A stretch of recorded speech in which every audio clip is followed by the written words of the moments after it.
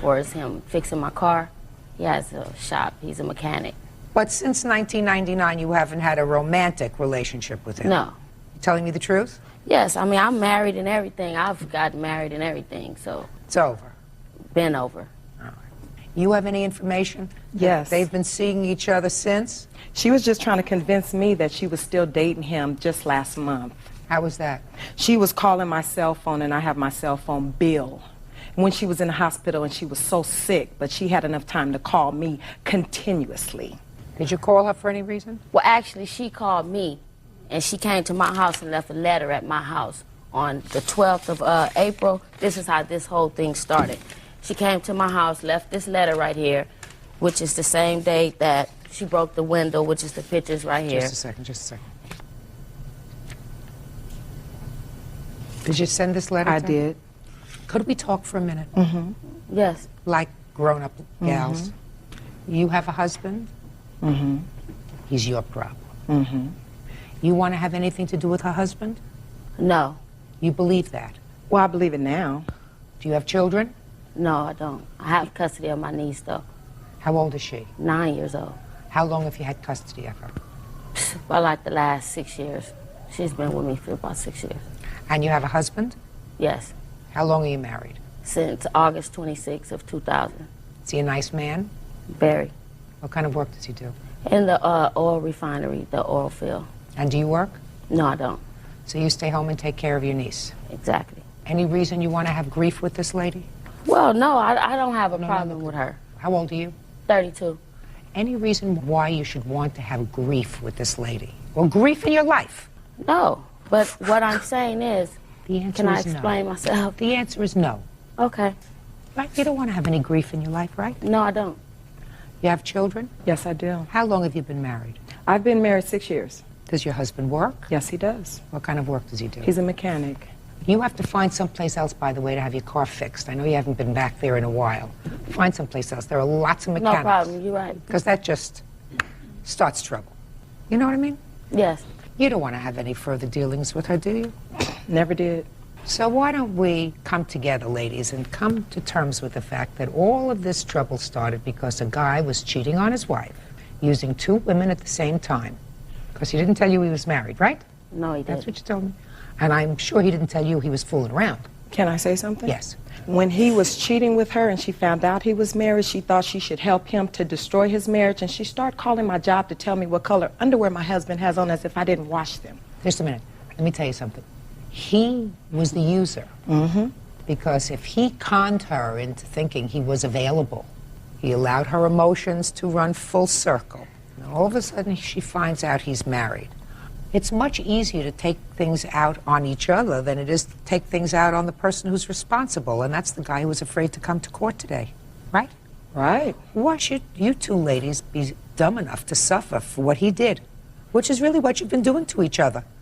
Both of you have been doing it to each other. Mm-hmm. Both of you. And that's ridiculous. He caused the trouble.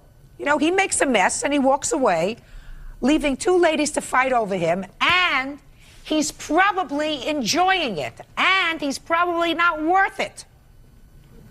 Very few of them are. Real cases, real people. Judge Judy. Natalie Walker says her ex-boyfriend's wife, Deshaun Stubbs, broke her living room window with a bottle of Snapple.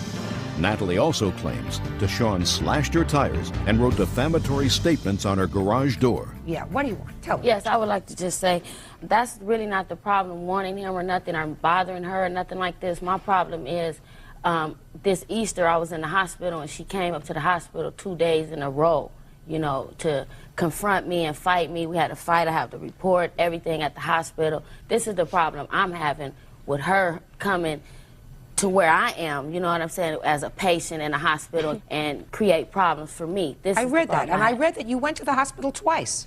And she was in the hospital. She was. And I did not assault her, and if I did, I would have been arrested. Why did you go to the hospital? She asked me to, and here's my phone bill to prove it. She was calling me, and she was so sick, but yet she wasn't too sick to call me on 439, 442, 518, 519. Why, just a minute, why did you call her house? No, her cell phone after she called me. I never called her house. No, I didn't. Why did you call her cell phone? Because she had previously called me, and I star 69'd her back. That's how I called her back. What did you say when you got her on the phone?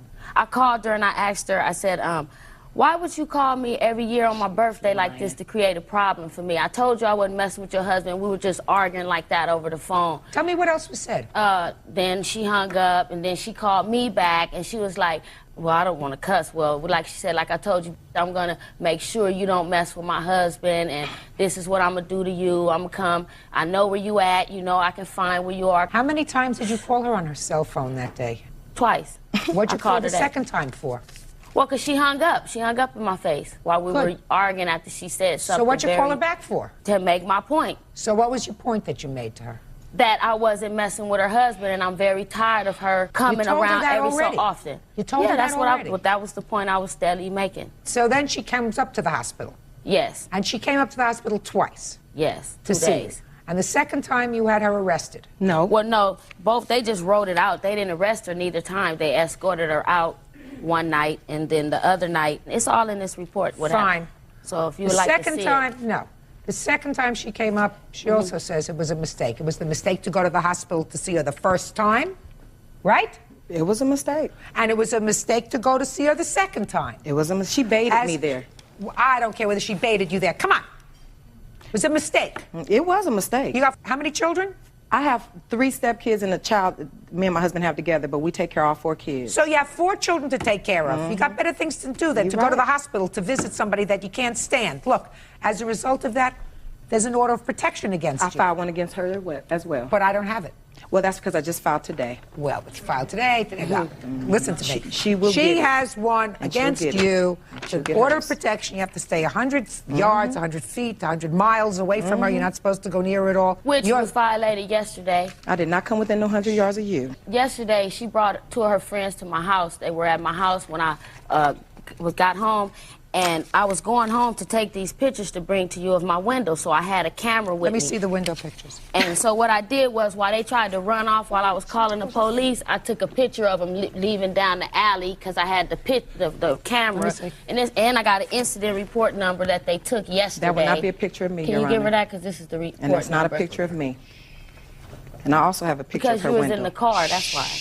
Yeah, but I wasn't. You have a picture of a broken window here. When was your window broken? On the 12th of April. The same time she dropped the letter off. Okay. Did you see her break the window? Yes, I was there because I have bars all around, and I have a bar door. I can open my door without going out and see her and everything, the way my house is. How did she break the window? With a Snapple bottle, Snapple juice bottle. She threw it as she was leaving or whatever. She threw it into the window. After she put the note in your mailbox? Yeah, she came in the yard, put the note, banged on the door, of course. I yelled to her that I wasn't going to come out, be trying to fight with her. And she said what she had to say, cussed and did what she had to do, got in her car and pulled to the side, because you see my gate right there next to the alley, and just threw it. That's that side window by the alley right there. You have a bill for the window? Yes. Well, I have an estimate. Yes, I do. I'd like to see an estimate for the window. This for the window and the actual tires that she put on the flat. You'll tell me about that in a minute. Tell you about that? In a minute. Oh, I want to see the estimate from... Now tell me about the tires. Okay, here's the picture, the estimate, and everything about that. Wow, this was like right after Valentine's, right? What year? After this year. She came over once again, banging on the door, yelling, talking about come outside, what she would do to me. I tells her once again I'm not coming outside, so she takes a knife. This car was right here in front of the house, and just stabbed the tires. You have a police report on that? Well, actually, this right here, on the 12th, I just made a report. It's just an incident report. I don't have like this right here. This was from '99 when she ran into my garage. I don't want to see that. Yeah, it's ridiculous. God. I also want you to see this, Judge Judy. She is lying. See what? This is just a report from the hospital and from my niece who was actually there. Let me see. When I want you to see When that. I beat her up. There you go. What you got? What kind of conversations did you have in the hospital? First time she came. On Saturday, when she approached me, it was at the nurse station, she said, I want to know what my husband brought you for your birthday, if you got anything. And I'm like, what? How you gonna come to the hospital and ask me about what your husband got me for my birthday? And so she started cussing. She said, 'cause that's my husband, and I told you to stop messing with my husband. And we got to verbally arguing, and she swung and hit me. This is how my IV came out that particular day, 'cause I had to have surgery to put another one in. And 2 nurses came, the security came. My niece was standing right there with me because I was walking her to the elevator to leave. That's why I was out of my room, period. And they just broke it up. They detained me, put me into the supervisor's room or something, and they just escorted her out. And then After that incident, I'll get to you in a minute. Okay. After that incident, did you call her again that night on her cell phone? Did you call her again? No, I don't believe I called her that night after that. You don't remember whether No, you I called her honestly that don't night? think that I called her that night. No, I don't. Okay, what time of the day did she leave the hospital? That night, this happened about 9:30 at night. At night? Yeah. Okay, do you have any phone record after 9 o'clock at night? I If wasn't she there called at you? 9. What time were you there? It was like 8 o'clock, 7 or 8. It was before 7, visiting 8, hours 9. are Do over. you have any After phone visiting record hours. after that she called you? Actually, Your Honor, I turned my phone off and she just left me. The answer is either yes or Okay, no. no. Okay. I don't have it Fine. here. Fine. Now, the next day she came back. Is that right? About 10 o'clock Easter morning. What happened when she came back at 10 o'clock in the morning? I was at the nurse station, and she approached me and the nurse. The nurse was right there, and she verbally threatened me again. And What did said, she "When you say?" she said, I'm going to find you anywhere you at, and when you get out, I'm going to kick your still. And that's when the nurse immediately called security, so it wasn't no fight or nothing Sunday. Nothing happened. It was just verbal things, and Okay, they put her out. Stop. Between 8 o'clock Saturday evening and 10 o'clock Easter morning, do you have any record of the plaintiff making a telephone call to you? Yes, I do. What time? She called me at 2:27 p.m. and she also called me... No. Oh, I'm sorry. You didn't understand my I question. didn't. Let me hear it once more. Then I want you to pay attention. Okay. From 8 o'clock Saturday night until 10 a.m. Easter morning, do you have any record that the plaintiff called you? Yes. What time? 10:28 a.m. No. Oh. Before 10 o'clock. Oh, before. She called me at before 10 o'clock. Not before 10, no. Then she didn't call you to come back to the hospital. You say in your answer that she called you to come back to the hospital, Miss Stubbs. I'm just confused, Your Honor. She called me... Stop being confused. She called me on the 14th. On I'm already past the 14th. You left the hospital. You were escorted out of the hospital. Well, then You she left- called me all the next day. I want you to pay careful attention to me, madam. You're escorted out of the hospital Saturday night. You come back to the hospital Easter morning. That's clear from the report. Okay. And what I asked you is, why My did you phone come was back? off. Your phone was off, Yes. so she did not call you. She did. She left me messages. She left me messages all morning. She called me. Yes, she did. Oh, well, I don't have those messages. That's You have- because my phone was off. You have those messages written down? No, I You have more- erased them. Oh, well, that's too bad. Then I don't believe you. Your Honor, her number's all on here. She called me. You understand what I'm saying to you? She did call me to come back. No. And if she did and you went, you shouldn't have. All right, let's hear your counterclaim. 1, 2, 3, mental anguish. Your Honor, I have my doctor's statements. I don't read doctor's statements. Okay, well, she used to call my job with her sexual harassment, you know, and I would have to leave my job at times. If she had a date with my husband, you know, being the other woman, she would call me, you know, and rub my nose in. We're at talking work. about 2 years ago. No, we are talking about recent. She's trying to convince me, and she was trying to convince me when she was in the hospital that she was still seeing my husband. She was saying that he is doing all kind of sexual things to her, and that is what she was trying to convince me while she was in the hospital. Let And me she tell kept- you something, Miss Stubbs.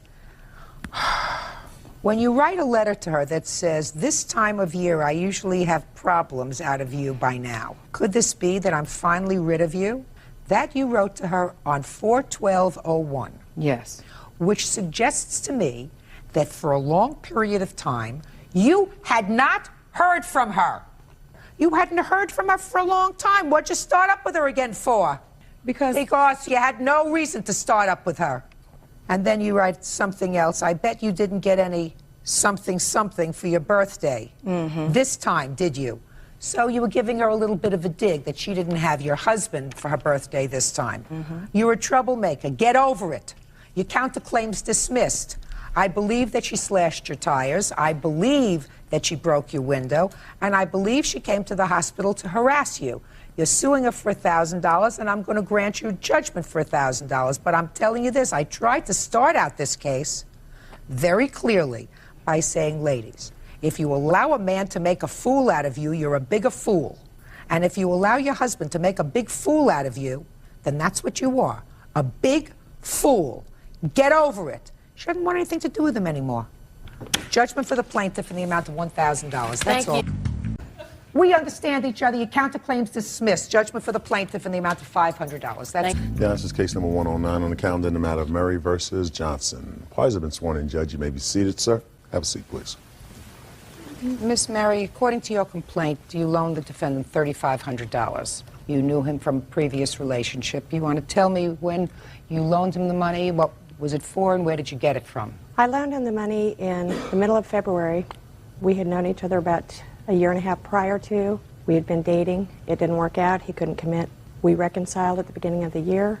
He came to me crying about the middle of February, indicating that his life was in danger, that if he didn't have this money, he would be hurt. I trusted him.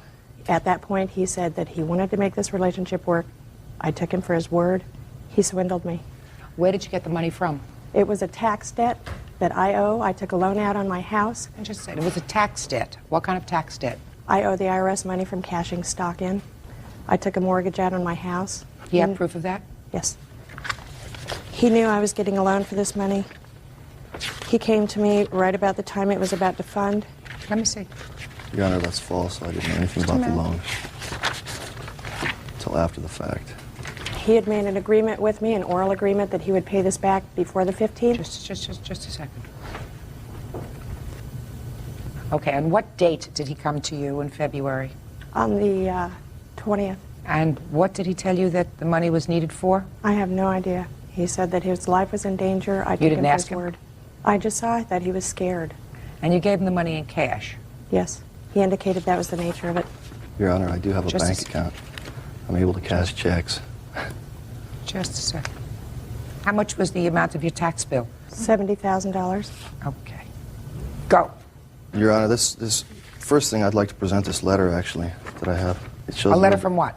It's a letter, actually, from the plaintiff. It shows a little bit of what her word is, and Your Honor, That's- I have this- never mailed him any letters. Just a minute. it obviously has her. That's the original there, Your Honor, with her signature at the bottom. I can't read and listen to you at the same time. Okay, just show this to her. That really has nothing to do with this case. Absolutely nothing. Well, Has that goes nothing to to show do that with her the case. word really means nothing, to tell you the truth, Your Honor. This was not a loan. Well, tell me what I it had was, done sir. I work read for your her. answer. Tell me what it was. I had done work for her in the middle of last year. My brother as well was working with me at the time. He was my employee. And we had spoken with her, him and I, at the same time, were present, to do anywhere from $8,000 to $10,000 worth of work on her home. That's a lie. Skylights, countertop, tile, Just a replace a second. double door in the front entry. Okay, so you had started to do some work on her house. That's correct. When did you start to do the work on her house? I believe it was July 24th or 25th. We worked there Of for 3 days. 2000? Yes. And how many days did you work there? We worked there for 3 days, Your Honor. Oh, okay. On the third day, we had the job almost completely done, the portion that we were doing, and she said, I'll finish it myself. Had never given us any money for materials besides a $500 check. She had not paid us for our labor, Just a which I second. had to pay my employee. She gave you $500. A check, that's correct. And that Well, was the in check you July of cashed. 2000. Shh, I'm speaking. She gave you a check for $500, and according to you, you worked there 3 days. That's correct. Do you have a contract with her? We had a verbal agreement. Did you have a contract with her? I did not, Your Honor. Okay. Because no contractor starts a job that says it's between $8,000 and $10,000. When you She do had a list. I'm speaking. When you do a contract, you say this item is going to cost this and that item is going to cost that. You don't believe that the work that you did in 3 days was $4,000. No, it was not, but subsequent to me accepting this job, I turned down numerous other jobs because I was going to be at this job for anywhere from 2 to 3 weeks. You have proof of that? Not on hand, Your Honor. Well, that's your defense. That's your defense to this action. So you should have proof. Now you're telling me she just came home one day and said, I don't want you to work on this project anymore. That's correct. Actually, Your Honor, a few days before that, she had told me that she loved me and wanted to be with me. We went to her house that evening. My brother and I spoke with her on doing this work. She had a large list, pulling out bushes, skylights, numerous work around her house that she had just purchased. We told her, well, okay, we can start in a couple of days. We came by on the Monday of the first part of the week. When we showed up, we asked her to open the garage door so we could unload So you materials. didn't have another job right then? No. I told her I could be there on Monday. Just a second. So you were free immediately? No, I My told her I could statement help was her you out. were free immediately. She spoke to you the week before. You were able to start that Monday. So you were free. You didn't have any other commitments. At present, I did not at hand. She had asked me first. I had other jobs that I went to. That's the main reason why. No. My question was, and your response is, you had no other commitments that prevented you from starting her job immediately. No, I did not. Okay. My father had just passed away, so therefore I was still grieving from his death. I had been taking care of him for the first part of that year as well. Mr. Johnson, pay attention to me. This is about money. This is not about I your have a bill father's here as well unfortunate that I normally demise. write up for customers Okay? that I work Now, for. don't you understand when my mouth is moving? There is only one voice that I hear? To apologize, Your Honor. Good. Now, if you felt that she owed you money in July of 2000, why didn't you sue her? I had spoken to my attorney on putting a lien on her house, and work picked up at that time, so I just filed the bill away that I had written up for the initial work that we had started. Then I'd like to see the bill that you say you filled out then in July of 2000. That's correct, Your Honor. For the work that you started.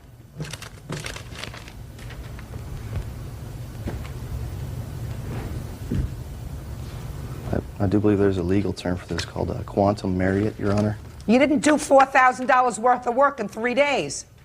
I know what the legal terms are. Quantum merit means that you are paid for the work that you do. That's correct. This is not the work that you did in 2.5 days. She gave me a check for $500, that is it. Pay attention. This is not the work that you did in 2.5 days. That's not what your answer is. Your answer is that you gave up other jobs because you had a job that you thought was going to last several weeks. That's your correct. defense. That's correct. So what are you showing me this bill for? For $4,000? That's the work that we started doing. Halfway through that, she decided to tell us, and I'll finish the job myself, because the first day we arrived on the job, she had a new boyfriend there. Your Honor, the reason that I... Did you remove the countertop? That's correct. Did you install a new countertop? That's correct. One Okay. out of 3. What do you mean 1 out of 3? There are 3 countertops. He installed one, gouged the second one, and left the other one standing That's in my false, garage. Your Just a Honor. second. Is it there? I paid somebody else to correct the job. That's false, Your Honor. There was one section left not put in, Your Honor, and that was the sink side, and that was the day that she asked us to leave. She would finish Did the you tell job him to leave? herself. I fired him because he verbally assaulted me. What did he say? That is He false, quoted Your me Honor. that the job would take 3 days, cost about $800. We're talking tile on the floor, kitchen countertops, and a kitchen sink. The initial job that we had quoted, it was just the surface. On the third day, Not to my the stove countertop. was still not put in its place. The countertops were, my kitchen was not functionable. He kept verbally assaulting me, making rude that's comments false to again, me. Your Honor. Please I don't want to hear interrupt any me. interruptions. That's a lie, Your Honor. Please don't interrupt. That's a lie. That's a It is pure not lie. a lie. Out. Him. Out. And the next time somebody speaks, I'm going to resolve this case. It's not going to be to their satisfaction. She's a liar. That's a lie. Do you understand what I'm saying to you? There is not to be any discussion between the two of you, and you are to respond to my questions. That's the way I run a courtroom. If you don't like it, go somewhere else. Real cases, real people. Judge Judy. Janelle Murray says ex-boyfriend Rule Johnson owes for an unpaid loan. Okay. You fired them. Yes. Did he leave a sink there? No. I bought my own sink. Okay. That's false as well, Your Honor. Show me the bill. I don't have the receipts. I had given them to her at the time. You're a contractor. Contractors have bills. Can I see Checks. it? Did you buy a sink set, faucet, and plumbing? I did not. That was to install her old faucet and plumbing with You the didn't new do that. sink. Just a second. You didn't do that. No. That was when she called us. Just answer my question. You didn't do that. No. And you didn't buy the sink. Yes, I did, Your Honor. That's false. And yet we have no proof that you bought a sink, right? I've got my witness, which you asked to leave the courtroom. Yeah, because he has big mouth. He doesn't know where he is, and he's not coming back. Well, when the plaintiff lies, I mean, it's only fair to stand up and say when somebody's a liar. Judgment for the plaintiff in the amount of $3,500. That's how I resolve a case when you have a big mouth. Fine. Thank you. Have a nice day, Your Honor. You may step out. She couldn't accept the fact that she couldn't have me. He's obviously very full of himself. She's been obsessive after my brother. She's stalked him. Ladies, fair warning. She's a crazy lady. Pretty faces and money don't mix. He, the phony, would not blame another hairdresser for what he did. And now the next case. All parties in the matter of Ackerman versus Peart, step forward, please. 44-year-old accounts receivable clerk Ruth Ackerman and her daughter, 18-year-old Crystal, are suing Crystal's half-sister, 24-year-old office manager Melissa Peart, and her husband Tyson Peart. Crystal says Melissa won't return her furniture. What's your first name? Crystal? Crystal, this is your sister. Yes. You're the mother. Yes. You're the husband. Yes. Hers. According to your complaint, there came a time that for some reason you moved into your sister's home with her husband. Had she been living with you before? My daughter? Yes. How old were you? I was 17 at the time. Oh, sorry, 18 in November. I just turned 18. Why did you go and live with your sister? I was living at a drug home at the time with my friends, and she suggested that would be the best place for me to Were you be. in a drug home? Friends using drugs. How long had you been living there? For about a month and a half. Where did you live before that? With my mother. Why did you move out of your mother's home? Because I was a rebellious teen. So your sister did a nice thing. She said, come and live with me. Yes. You lived there from November of 2000 until when? To February. And then she told you to leave. Yes. Why? Well, we weren't getting along the end of the last month in February and January. Weren't getting along. She did kick me out about 5 different times. Were you breaking the rules? Yes. This lawsuit says that when you left 2 things there. One was a chest and your bed. Correct. And you want those things back or their value. Your sister says she held on to them for about 6 months and then got rid of them, right? Mm-hmm. Where did you go after you left your sister's house? I moved in with a friend into an apartment. Why didn't you take your chest and your bed? We couldn't fit it in. Did you tell your sister that? Yes. What did she say? She didn't say anything. She Did was she very let- silent towards me. You were angry with her? I was, Your Honor. I gave her 7 days to move her stuff out. And this chest and bed, were they in a room that you needed? Yes, they were. She doesn't have to keep your stuff forever. A couple times I was trying to make arrangements with my friends to get a truck to go in there and get my stuff out. Unfortunately, I have no truck. I have a little car, can't fit a bed and cedar chest on top of it. When did you sell it? June. Who did you sell it to?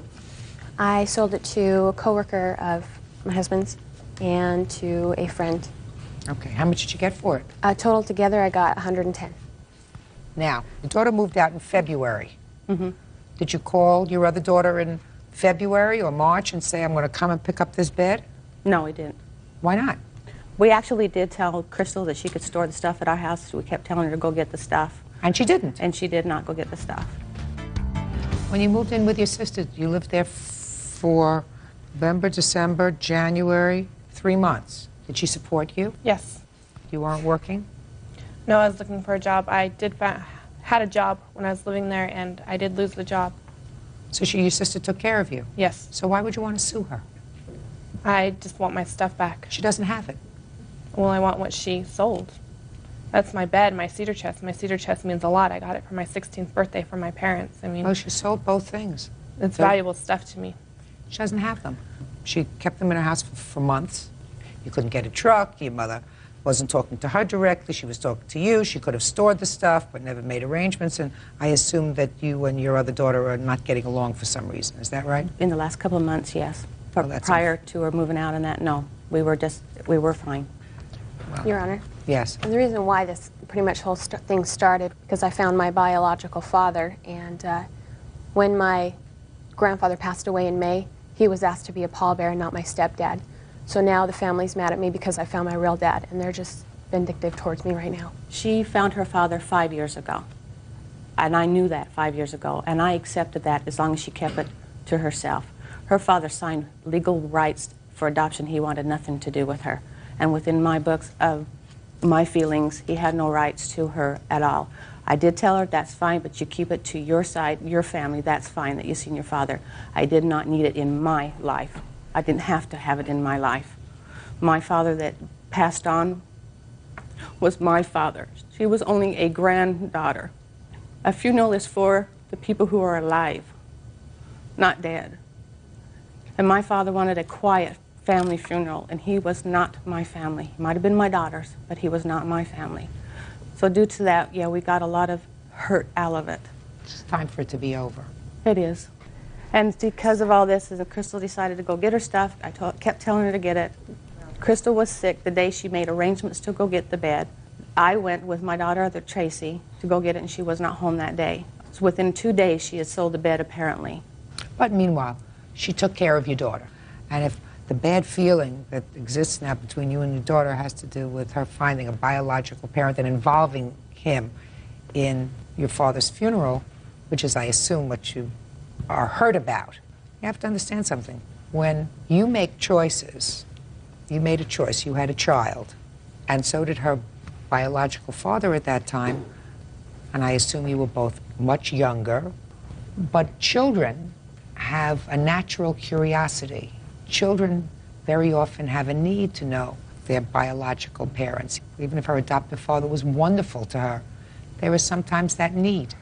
And maybe it was wrong for her to involve her biological father in your father's funeral. I don't disagree with that. But it's over. It doesn't mar something forever. It doesn't mar that Your Honor, it wasn't me involving him into the funeral. It was actually my grandfather's wishes. They were very best friends in the past, and within the last 5 years, he begged me to bring him around because my grandpa was on his deathbed. And I brought him around only under my grandpa and grandma's wishes, and it was my grandfather's wishes to have him there. It wasn't me. I had no idea. Did you tell that to your mother? I surely did. I don't Certainly believe it. did. I'm next to my dad on his deathbed. I was about the last one to see him before he went into his coma. Well, what about your mother? Did your mother tell you that that's what he wanted? My mother didn't tell me until the day we was at the funeral home making the arrangements of who the pallbearers were. That's but when did she your told mother me. tell you that that was your father's request? She said, I don't believe her. Then you don't believe your mother and you don't believe your daughter? No. Then you have a problem. No, because in Christmas time... No, then you have a problem. My father said what Melissa was doing was wrong.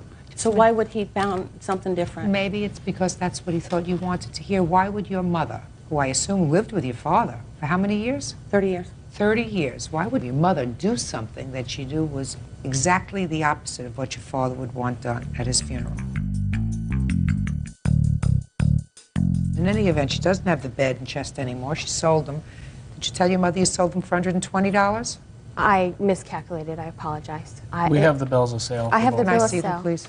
I actually And the sold... rental agreement that Crystal signed. I have the bill of sale on both of them, and I actually sold them on the 11th of May and the 1st of June. I arranged for pickup on the 4th of June. After I gave Crystal, I talked to her, wanted to give her one last chance to make arrangements to come get it, but she didn't. You have any problem giving your sister the $110 you got for her things? I do. Missy didn't sell the bed I want to for... explain something to you. This is a non-case. $110 is what she sold the stuff for. You're suing for $600, which is ridiculous. It costs more than $600 to feed you, take care of you, provide you with a home for 3 months, which your sister did, so I have no idea what you're doing here. However, I don't think it's fair that you keep the money for her things, so I'm going to give her the $110. That's it. Do you understand? Yes. Instead of saying thank you, you sue her. Ridiculous. Goodbye. Yeah, this is case number 49 on the calendar in the matter of Perez versus Sanchez. Parties have been sworn in, Your Honor, and may be seated. Mr. and Mrs. Perez, it is your claim that the defendant's son broke a car window with a rock. That is correct. When did this happen? This happened on December 17th, 2000. Are you neighbors? We live across the street from each other, yes. And where was your car parked? My car was parked right in front of my house by the parking lot of the Ramada where we live. That is incorrect. I'm sorry. Sorry. It was parked in the common area. Is it on the street or in a parking lot? In a parking lot. Okay. Do you have a photograph so I can see where your car was parked?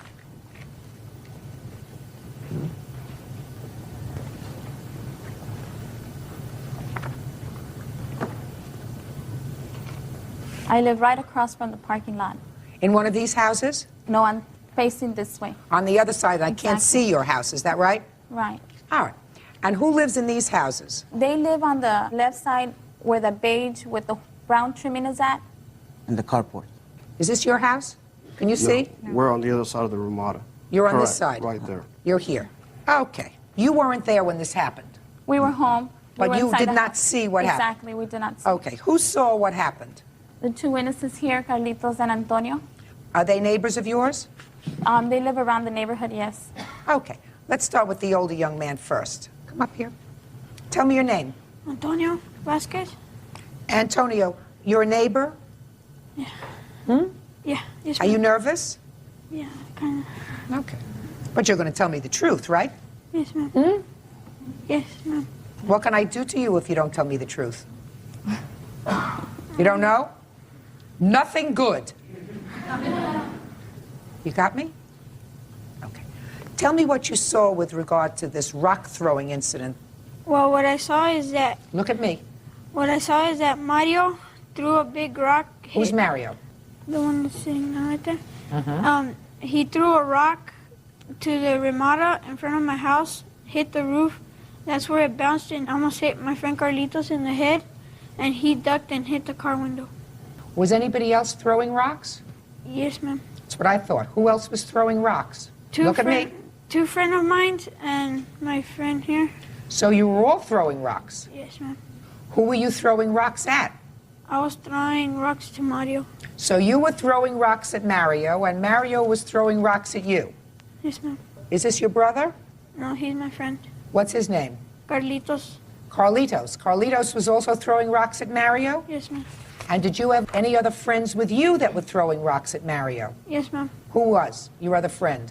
My other friend was Gilbert and Alex. Gilbert and Alex. And who are they? They're two friends that live by the neighborhood. How old are they? One is 7 years old and the other one's 6. So there were 4 of you throwing rocks at Mario. Yes, ma'am. What was Mario doing when you were throwing rocks at him? Mario was cleaning his front yard. So why did you decide to throw rocks at him? Well, first, Now I want you to tell me the truth. So far you're doing really well. Okay? So far you're doing really well. This is not a terrible thing. Not a smart idea to throw rocks because somebody could have gotten hurt, right? But we're not talking about capital murder here. We're talking about kids playing. So I want you to be sure to tell me the truth.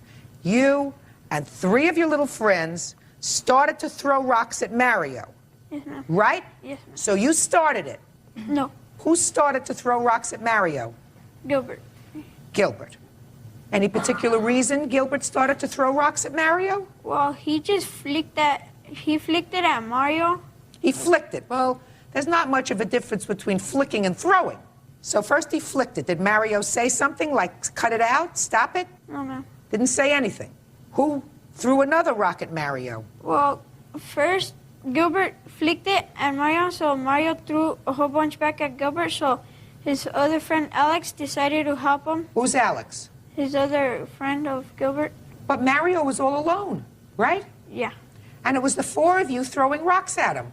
How many times did you throw a rock at him? I only threw once. Only once? Yes, ma'am. Why did you throw a rock at Mario?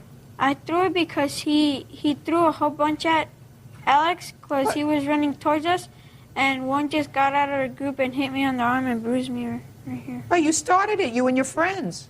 All he was doing was taking care of his front lawn. Yeah, but we weren't with Gilbert and Alex. They were just around the street. We were just playing on the Ramada. But you came over and you started to help them. No, I threw it one at him because he hit me. So I'm trying to defend myself. Sit down.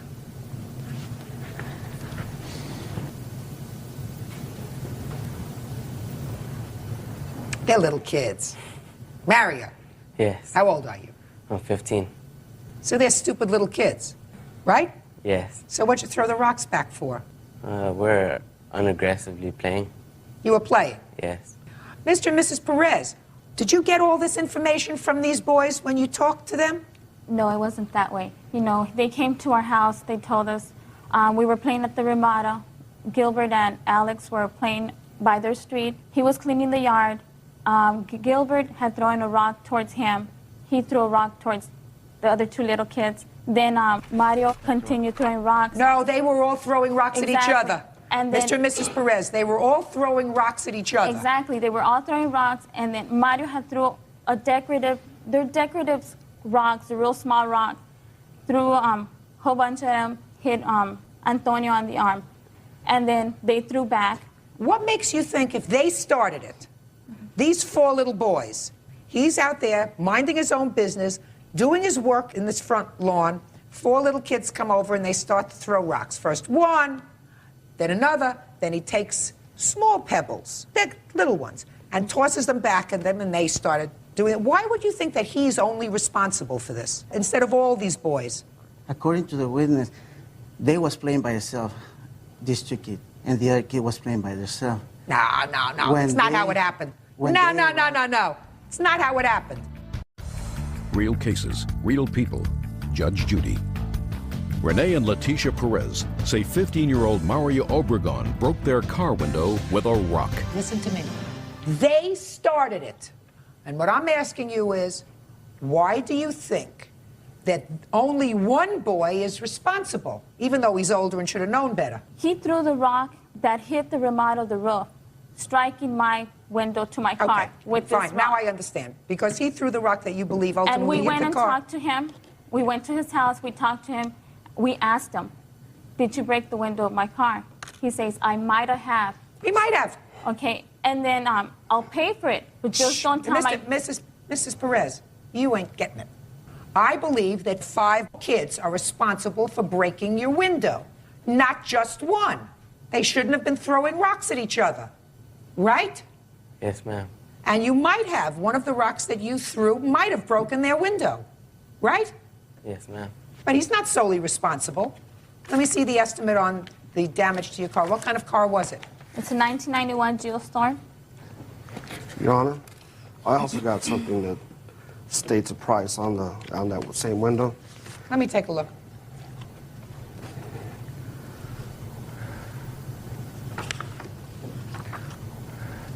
Windshield repair. Okay. And it had tags and registration at the time. Tags are expired. They expired on February of this month. Listen to me, sir. This is not an estimate. I understand that. This is a card. Correct. And the reason I gave that is because the young lady I spoke to on the 21st said that we can call her and I'm not verify. calling her. All she has to do is give you an estimate, like Okay. this. Thank you. Okay. It's like this, an estimate. And it costs about $1,000 to fix it, right? The windshield, yes. There were 5 boys involved, correct? That's correct. That means he's responsible for $200. You got to get the rest from the other boys. You understand? 5 children involved in throwing rocks, not just one. He didn't even start it. Judgment for the plaintiff in the amount of $200. That's all. Parties are excused and they step out.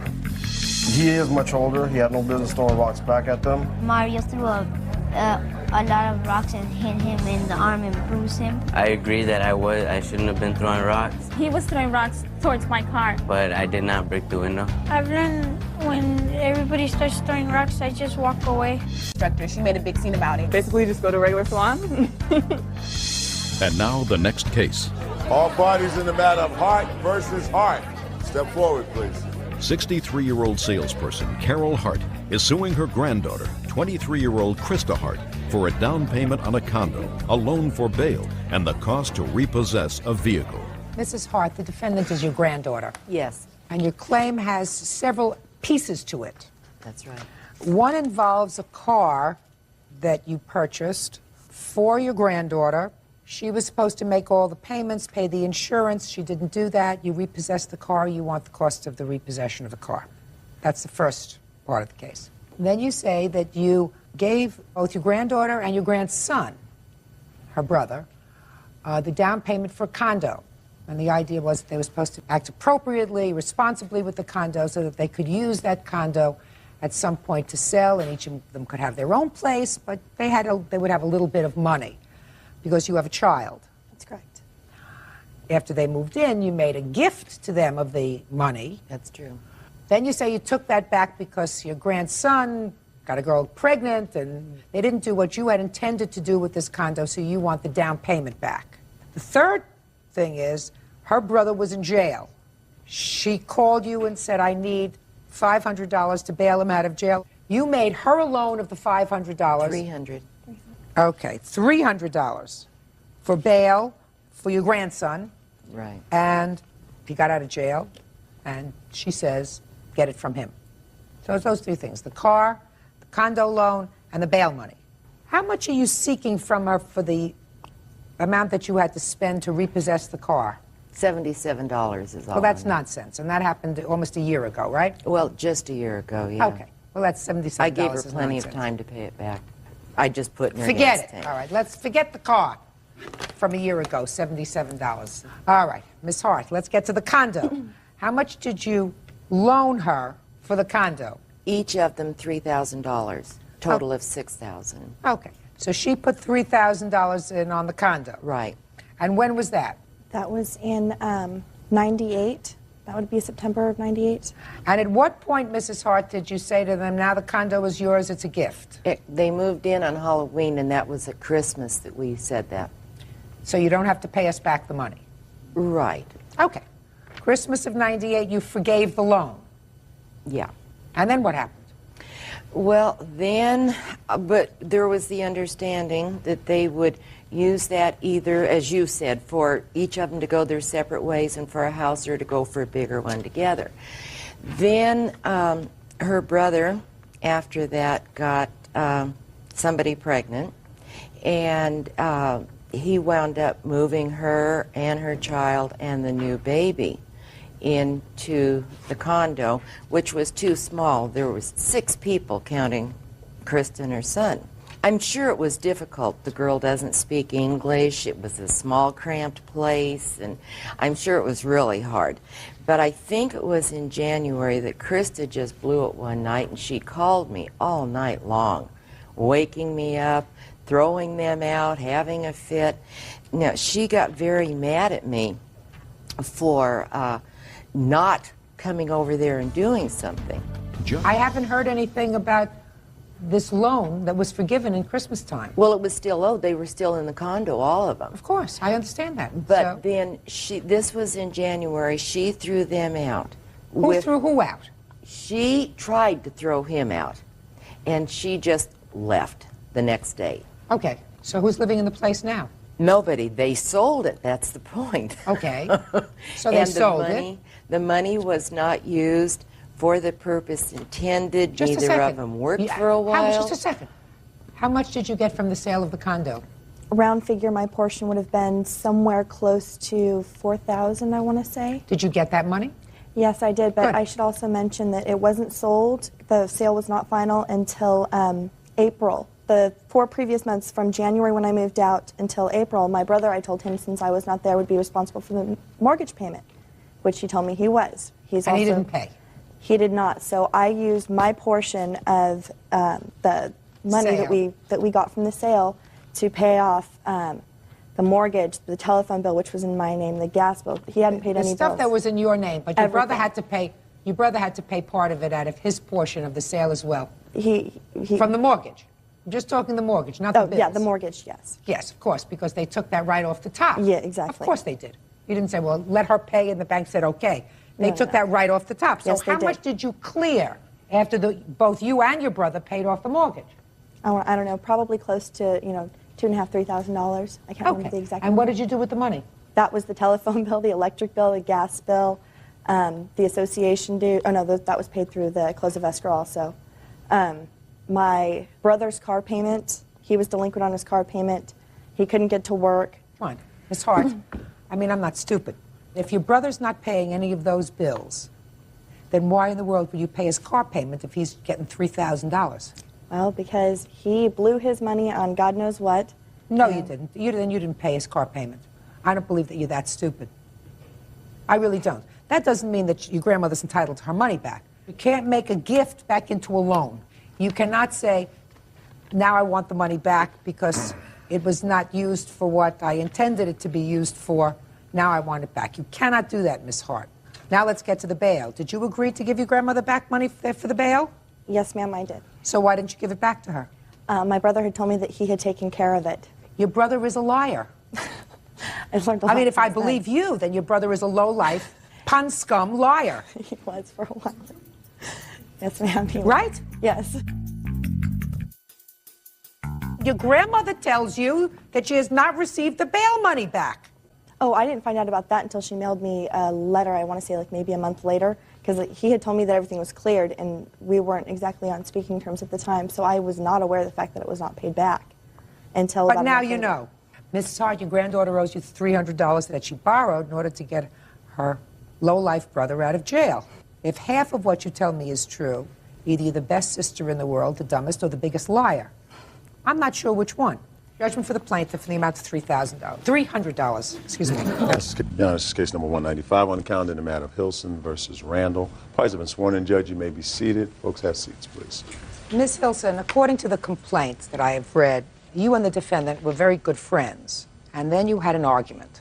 And it is your claim that after the argument, she vandalized your car by keying and scratching your car. When did this argument take place? It started Sunday early evening around 6. Sunday, what date? I'm sorry, July 22nd. What was the argument about? The argument was about a little boy, Micah, who was here. The defendant's daughter called me and asked me if I would babysit her mother's ex-boyfriend's son. Which is this little boy? Yes. Shh. And it was no problem. I said yes. When I woke up, the little boy was at my house. No one said, okay, we're here, the little boy is here, we're leaving. I woke up, he was at my house.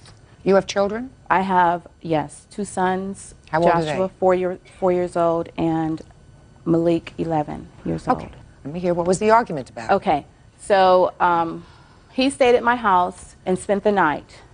No one came to pick him up. No one called to say, we're back, you can bring him. The following day, I was giving them a bath, and Micah had all of these like scratches. It looked like flea bites. I just took it for granted that it was flea bites because the defendant had 11 cats, and it had an infestation of fleas in her home, and she was recently evicted for that. So you assumed it was flea bites? I assumed it was flea bites. So when he began to scratch, and the bumps came, and he scratched till one area started bleeding. So I sat him down. I said, wait a minute, this isn't flea bites. This is something else. So I sat him down. I said, Micah, do you have chicken pox? He says, yes. Did your mother know you had it? He said, yes. I said, did Rhea, who's the defendant, did she know? Did her and Kendra know you had it? He says, yes, they put ointment on me. When he said that, I couldn't believe it. First of all, I was shocked. I was afraid for my children. He had slept in the same bed with my 4-year-old. I called Kaiser Hospital to see what could I do. Could I bring them in? Is there anything they can give me? They said, no, just clean your house. Clean your house, wipe everything down. So I tried to call them to say, come and get him now. Why did you do this? I was really upset. I really don't remember everything that I said, but I was upset. Did you contact the defendant? Did you make contact with her? No, I kept getting the recording. So after, I guess, an hour or 2, I finally got them on the phone, and they were very nonchalant. Who's they? I got Rhea on the phone. The defendant? The defendant on the phone. Okay. And they were very nonchalant. She was very nonchalant about it. Well, tell me what you said to her and what she said to you. I said, Rhea, why did you let this little boy come over to my house knowing he was infected with chicken pox? She said, well, I didn't know it was chicken pox. She said, Kendra did mention to me the other day, the day before he came to my house. She said, Kendra did bring it to my attention that he had chicken pox, but for some reason, I guess she didn't look into it or whatever. But this little boy is staying at her house in her care. Okay. So then I heard his mother's, the little boy's mother's voice in the background. She screamed out and said, it's not chicken pox, it's measles. You know, okay. So I'm livid. I am livid at that point. And I said, just come and get him now. So what I did is I gave him some clean clothes. I put all the clothes that he had on in a bag, tied them up. I isolated him from my my children, I put them, you know, in the living room and had them in the bedroom. And I waited and waited and waited. And she knows that I have to be at work early in the morning. They did not come and get him until around 10:30 that night. What time had you called them and spoken to her? It was around 6. Around 6 in the evening? Mm-hmm. And they came about 10:30? About 10:30. Okay. And my plan, because I had to pray, I said, okay, I am just going to give her the little boy, give her the bag with his clothes in it, and just shut my door. I have nothing else to say to her. So when she finally came, that's what I did. I walked, when she came, I had him at the door, had the bag in my hand. I handed her the bag and the little boy and said, good night, I have nothing else to say to you. She pushed her way into my house and started cursing, saying, wait, just the whatever. She was just cursing, and I wasn't listening. I just said, just get out of my house. So the phone rang. She said, well, just give me my MF jeans. Just give me my jeans. I said, you're not getting anything. What jeans is she talking about? She's talking about a pair of red, blue jeans and a pair of white jeans that she gave me to wear. So when the phone rang and I picked it up, and I said, you're not getting anything, but get out of my house. But when I turned my back, she ran over across my living room, and I bought my son a really nice stereo, my 11-year-old, for Christmas. A really nice stereo, boombox or whatever. She ran over, grabbed that, snatched it out of the wall, broke the antenna, and ran out the door with it. When she ran out the door, I ran behind her, and I said, give me my son's radio. And she was trying to get in the car with it, but I got it from her and took it back. I ran back in the house, and I said, you know what? Wait right here. Let me give you these jeans, and I will have nothing else to do with you. She started ranting and raving in my parking lot saying, I don't want the MF jeans. She didn't want them at that point. I just shut my door. When I shut my door, she left with Micah, took him home or whatever. The next thing I know, she comes back with her daughter, Kendra, and they're ranting and raving outside. I don't know what they were saying. You're this and you're that, all in front of my neighbors. What time was this? It was right after she left. You know, she came about 10:30. So it was sometime after 10:30? Yeah, she came back. Okay. And I was just like, I'm going to bed. I am not going to deal with them. But before she got to my house, she called me from the cell phone saying, you're going to pay. And I'm going to make sure you pay. So you take that for what it's worth. I know how to make you pay. Real cases, real people. Judge Judy. Beverly Hilson says after an argument with former friend Rhea Randall, her car was vandalized. Go ahead. So I called her back. I said, don't call my house and threaten me anymore. Because have you forgotten? And she had forgotten. When she was evicted from her apartment, she asked me to please keep a lot of her coats and clothes, you know, old stuff that she had in my son's. I didn't have any room for my own things. I said, have you forgotten that all of your clothes are over here and you're threatening me? I will throw all of this stuff out on the lawn right now and let people have their pick. And I did say that. I was very angry. You put my 4-year-old son's life in danger, and you won't even acknowledge any of it. They were just nonchalant. She said, and she called me back and said, if your precious son does happen to get chicken pox or measles, then that means they were supposed to have it. She said that she was going to make me pay. The police came. The police came. When the police came, the police knocked on my door and asked me if I had anything that belonged to her. I gave the police her clothes. In the meantime, they're calling me on the phone, saying all kind of crazy things, or you're going to pay and this, that, and the other. No problem, okay? The next morning I wake up, 6 o'clock in the morning. My child care provider came to pick my son up. And she said, Beverly, what's all this on your car? What's wrong with your car? I was like, nothing. She said, come out here. And I went outside, and, Your Honor, I have a statement. My total car, from front to back, every panel that's visible was scratched. Let me see. Do you have pictures? I don't have any pictures. I have the police report. I have a witness statement. The witness could not be here today, but they sent a statement. Why can't the witness be here today? They had prior commitments. I can't accept that excuse, but I'm going to take a look at the police report. Okay, here's the police report, including the witness statement, and also... Don't give me the witness statement. Okay. Which one is the police report? That one.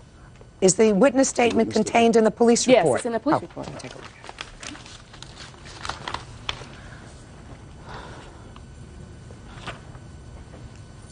You called in the police report at about 8 o'clock in the morning, that next morning, I see. Is that right? Okay.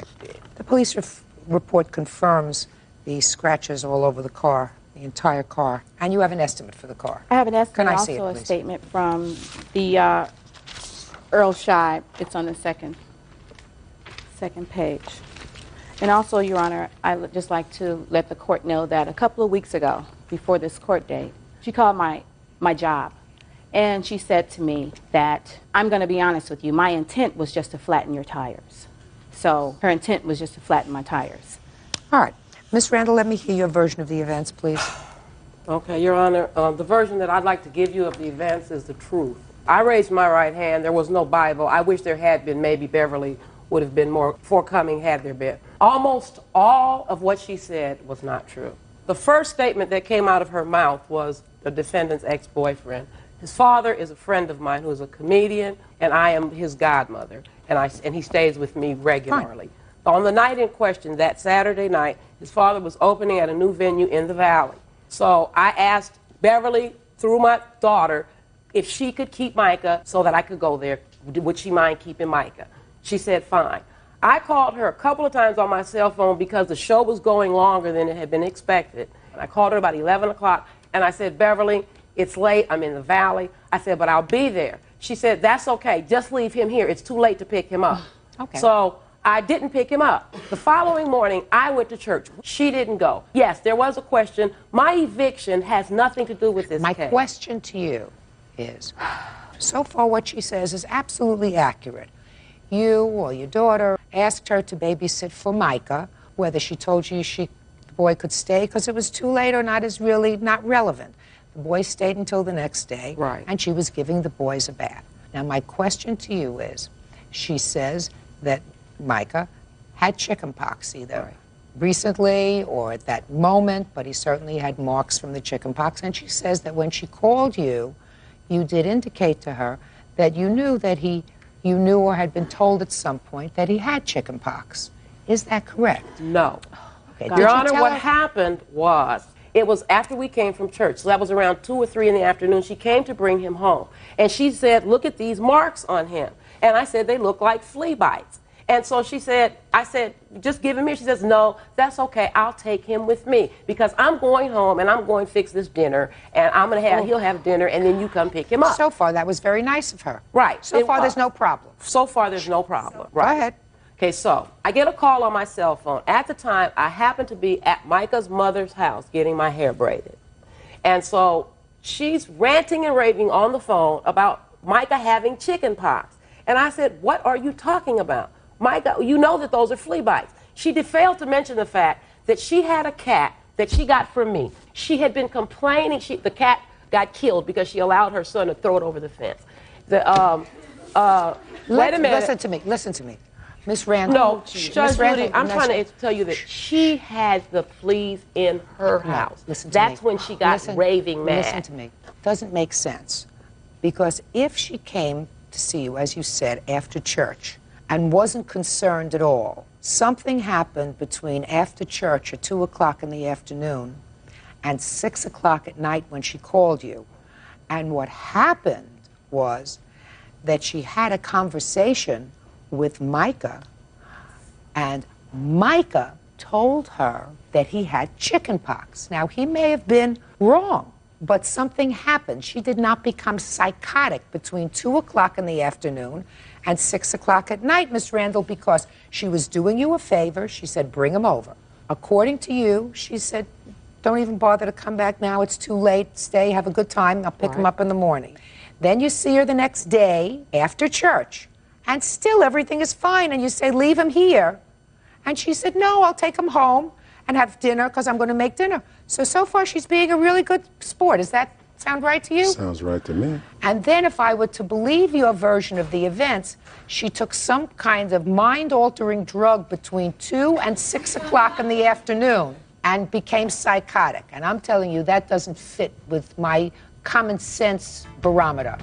So Micah may have said to her, in response to a question, she may have said to him, do you have chicken pox? And he may have said yes. Maybe he didn't. He may not have told her the accurate story, but she legitimately felt at that point that you and your daughter placed her children at risk of infection with a child who was infected with chickenpox. As a parent, you can understand that if that's what she believed. So what I want to know is, what was all the hoopla about? If she spoke to her at 6 o'clock, how come you didn't get there until 10 o'clock at night? First of all, Your Honor, his mother was braiding my hair. When she heard me on the phone speaking to Beverly and heard Micah's name, she asked me what's going on. I told her Beverly thought Micah had chicken pox. She said in the background, Micah already had chicken pox. He doesn't have chicken pox. Okay? And she also said Beverly later told me that her children had already had chicken pox, and so that wasn't the issue. Her issue was that I didn't come right away. I didn't come right away, Your Honor, because I wasn't concerned, because I knew that he didn't have chicken pox. But you didn't come right away. I didn't come right away because I wasn't at home. All right, let's go a little bit further. There came a time when you came back to the house after you had gotten Micah. Micah was now out of her home, and the police were called. Did you contact the police? Yes, I did, Your Honor. Why did you contact Your the police? Honor, when I picked Micah up, I got home, and I got a phone call. You better come get your MFSH. I've thrown it on the front lawn, and you better come before them come and get your stuff. So I immediately, I just jumped up. I went over to the house. I pulled up. Who did you go? Who did you go with? I went with my daughter. My daughter came with me. Okay, so you went over there with your daughter. Yes. And so I pulled up, and there's a house. Where's Micah? He was at home with my father. Okay. I pull up into the, she has a long driveway. There's a house in front, and then her house is in the back. So I pull up into the driveway. There are no clothes on the lawn. I knocked on the door, and I said, Beverly, give me my stuff, please. Because at this point, she had gone so... Okay, so she didn't give you your stuff. I wanted to, so the police, you left the house and called the police? No, I didn't. I sat in the driveway because when I got to the door, she said, I'm not giving you she said, you know, I'm not, and she slammed the door. So, and then she opened it again. And so I sat there and I You went inside and got the radio at some point? No, that was earlier. I didn't get the radio and bring it out of her house at all because she got it before I got out of her house. Okay. And I didn't break anything on it. Just a second. Why did you grab the radio? Because, Your Honor, Beverly is the kind of person... No, I don't want to hear what kind of person she is. I want you to tell me why you grabbed the stereo out of her wall socket and started to walk out with it. Because she owed me money. She told me when she came earlier that day, when she brought Micah, I'll give it to you when you come and pick Micah up. When I got to her house, she just pretty much nonchalantly said, look, I don't have your money. And I'm not giving it to you. Don't worry about whatever. You'll get it when you get it. I was upset at her, and I did pick the radio up. And I was going to walk out of the door with it and told her, well, I'll give you your radio back when you give me the $35. $35 for some jeans. And she snatched the radio back from me. And okay, so now we got the radio. Now we got the radio. When did you call the police? When you were sitting outside? Right. I was sitting outside, the police arrive. Police arrive, and you get your clothes. Yes. All right. And then you left? Yes. With your daughter? Yes. Okay. So you had nothing to do with scratching up her whole car? All right. Opportunity, motive, and inclination. Those are the things that I have to deal with. Okay, Your Honor. Shh, I'm speaking. Clearly, you were very angry that day. And you were angry enough to call the police involving your best friend. You were angry enough to grab a radio from out of her house. And who else would have the opportunity, the inclination, and the motivation to do it but either you or your daughter, because you were angry. You were angry because she said, I'm not giving you back $35, which is really something that she probably said out of anger because she was put out by the fact that she felt as if you and your daughter had placed her children in jeopardy, even if it was not a real threat, even if he did not have chickenpox. But clearly the child told her that he had. So based upon that, put your hand down. You don't seem to be losing yet, right? The estimate for repainting this car is $580, and I'm awarding that to the plaintiff. That's all. Parties are excused. You may step out. Yeah, this is case. And now the next case.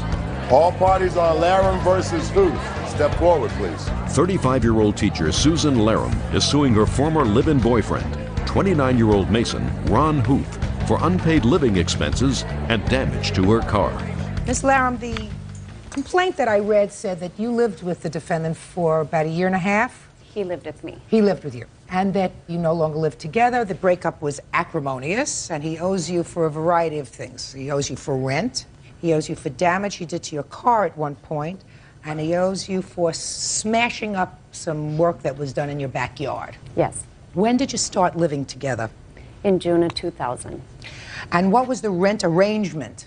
At that time, he was supposed to help me out with the bills, and he didn't do that, so after some arguing, I had him put it down in writing. That sounds romantic. Can I see that, please?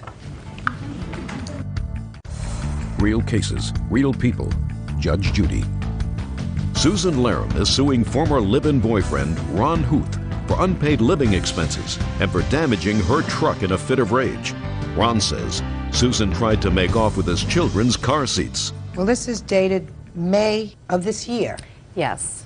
When did you move out? I moved out a week after that note was written. Okay, so this writing is meaningless. You were fighting at the time. I want to know what your arrangement was from the time he moved in until May of 2001, because that's when he moved out. Right. Did he contribute any money to the house? No, he did not. According to you, Mr. Huth, you gave her your paychecks. Every paycheck that I made from the time that I started living with Sue, and to make sure the record is clear, I only lived with Sue for 5 months before we got into our first argument, which you would say, where we had our first breaking up. I moved out on November 29th of 2000. All right, that was my birthday. There was an incident that happened that All right, night. we'll get to that incident because that has to do with car damage that she's claiming. Okay, Okay, let's get to the fact that you say you turned over all your paychecks to her during the 5 months that you actually lived together. Is that accurate, Miss Laron? It was, but then he also took all the money back out of my account. Well, how did he take the money back out of your account? He had my check card, and that was how he deposited his check, but then he also, in turn, took out all the cash. Well, if he's putting his entire paycheck into the bank, just pay careful attention. He's putting what he earns into the bank. So he has to clearly take out some money for himself to live on, to go to work, to do whatever he has to do, to buy clothes, etc. Now, if you're telling me that he's using your checking account as merely a way of getting his own money back and he wasn't contributing anything to the house, that's a different story, because that would be sort of like using your bank as a check cashing service. But if the two of you are using your checking account and you can't manage your bills, and that's what you were fighting about, you can't come to court later. Do you understand? Yes. Now, do you have any such record from the bank indicating that he was using your checking account as just check cashing? Not with me. Well, this is the place to have it.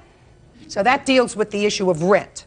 Now let's get to this car issue. You say in October of 2000 he purposely damaged your car. Yes. Tell me about that.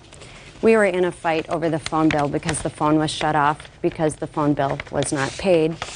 And I was going over to my girlfriend's house to get away from him because we were arguing. He jumped on the hood of my car, and as I drove by trying to get him off of my car, he jumped off and smashed the mirror. Now, what's your version of that event? Well, ma'am, it isn't in October because it happened on my birthday. I came home late from work that evening. I had planned to do something with Sue. Prior to that night, though, she had told me that her and her daughter were going to go over to a friend's house and spend the evening. You had been fighting, I assume, over money. Actually, no, the fighting was not actually about money. What I was more angry about was she burned my birthday dinner, she burned my birthday cake. I mean, she burned it on purpose. Well, she was so busy, what I think, and I'm not sure, but I think she was so into the fact that she was getting ready for her evening that she forgot about it. So she burned your birthday dinner. Right. I came home, and she told me that she was just going over to a friend's house the night before to have some drinks, which turned into, I'm going to a wine tasting party. This is my birthday, November 29th. Should have been, just a minute, should have been a clue. Should have been a clue, you're right. You're right, Your Honor. So what happened? Well, she was leaving. We actually got into a very big argument. My children were actually there. I then told Sue when she was going out to her vehicle that I needed my car seats because I knew that there was going to be an altercation when she got back from the store for making a car phone seat call. for the children? They were in the back of her Blazer. I then followed her in the garage. She got into her vehicle. She locked the door and turned the radio up so I couldn't speak. I walked around behind the vehicle. I stood there, and I did not move. I told her I was not getting out of the way till I had my car seats. She began to back over me. I moved out of the way. I followed her down the driveway, and then I stood in front of her vehicle, and I said, all I want are my children's seats so I can take them back to their mothers. That's it. You know what? That was the end. She would have stopped the vehicle, got out, and gave me them. It would have been over. Okay. All right? I then proceeded. She started to move. I jumped up on the hood, and I laid on it. Very wrong for me to do. Put myself in very much danger. she began to accelerate down the road with me on the hood of the car. Okay? I slid off the side on the driver's side. When I hit the ground, she gunned it. And you know what? I can't just say what exactly happened. I know that the mirror was damaged. It was ripped off the vehicle. I was hit here in the shoulder. She drove around the corner, got out of her vehicle, and yelled every obscenity that you can imagine at me because her mirror was busted. Did you get the car seats back? No, never did. She took off. That is not true. He seems pretty clear. He acknowledges the fact that he jumped on the hood of your car and that the mirror was broken. So, the incident in question happened October 7th, which is a Saturday. And as far as his birthday dinner, it was not burned. but my question to you about this car incident was that this happened in either October or November of 2000, and he left, but then he came back. Right. He did not leave until December. Fine. Now, when he came back, did you talk about the car? Yes. I asked him when he was going to repair it, and he got some glue and tried to glue it twice, and it didn't work. So I did ask him to repair it, and he did not. When did you ask him to repair it? Right after it happened. You lived together in January, is that right? Yes. Did he fix the car in January? No. What about February? Did he fix the car? No. March? No. April? No. And then we go into May. Right. Miss Larome, not everything is a lawsuit, madam. He describes an incident where you took off in a huff and you had his children's car seats in the car. Did that ever happen? Yes, that happened. But after he knocked the mirror off my car, I took the car seats out and threw them in the yard. So he did get them back. Why didn't you give them back before? I didn't realize they were in the back seat of my car. That doesn't make it right for him to jump on the hood of my car and break my car mirror. Absolutely not. You were driving off with his property. And you knew you had his property in the car. I You were did very not angry. know. You were very angry. People do things when they get angry. And if you had said, well, I may have been angry, but you had no right to put yourself on the hood of my car, even though I was taking off the property that belongs to you. Right. I was only going up to the store to use the Who phone. knows? Who cares? He wanted the children's car seats. Right. He'd had a fight in front of the children. He wanted to take the children home. It's all a fight. Not everything involves a lawsuit. You behaved badly. He behaved badly. And when you took the car seats out and threw them on the lawn, that also was not the right thing to do. You're right. Right? You're right. Okay. So take care of it like grown-ups. Now let's get to the backyard. You say that you had a major argument in May of this year and that he destroyed the backyard. His defense is that he built the backyard so he could destroy the backyard. Is that your defense? So let's hear about the backyard. As part of a present to me, he built brick planters in my backyard around the deck. I have photos if you'd like to see. And because of the argument that we had that day in June, he destroyed all of it. I did that, Your Honor. I did. All right. Did you, in fact, build this brick planter box for her? Gotcha. Or you were in the process of building? It doesn't look like it's completed. It wasn't complete yet, but almost. As a gift? Your Honor, yeah, it was a gift. It was also the part of like the deck that I built. It was all something to work out for flowers and stuff. Okay. A lot of the other stuff that I do have a list of things in the course of the time that we were together that I did build in this house. Can I see it, please? And around the yard. And I never asked for one penny for any of this when I left. And this is my own hard-earned work, myself, my labor of bringing these materials home from work for this lady. And it was because I enjoyed her and loved her very much. And that's why I did that. Let me ask you a question. Did he build a playhouse in a shed? I have a photo of that too, and it is not a playhouse or a shed. It is a big monster that is in my yard. Did you tell him to take it out? Did you tell him to stop building it when he was building it? No, he just quit building it. So I have that in my yard. Okay. Did he build a doghouse? He put a roof over the top of the doghouse. He said he built a doghouse and then he put a roof on the dog kennel. Right, for his dog. Did he build a deck? Yes, that's in That's the whole picture. back deck? Right. Didn't break the deck? No. What about a brick fire pit? Did he build that? Yes. I see that you did work around the house and you were building things around the house and you do have a deck, correct? Yes. You had no right out of anger, sir. I know. To smash the work that you did. You're right, I did. And so what this involves is cleaning this up. Right. How much do you estimate it's going to cost to clean up the bricks? I talked to his former employer, and he said to clean it up and replace it would be $3,000. No way. He made a mess. He got angry and he made a mess, and he should pay for that. Your Honor, Yes.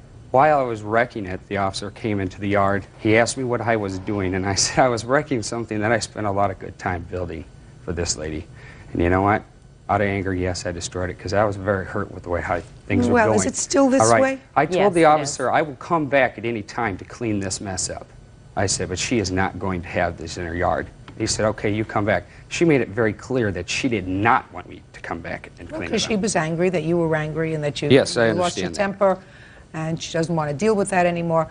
But at most, if you get somebody to come in, it'll cost you $50 to have somebody Yeah, come in you and take all this brick away. They may even do it for nothing, just for the bricks, if you let them take the bricks away.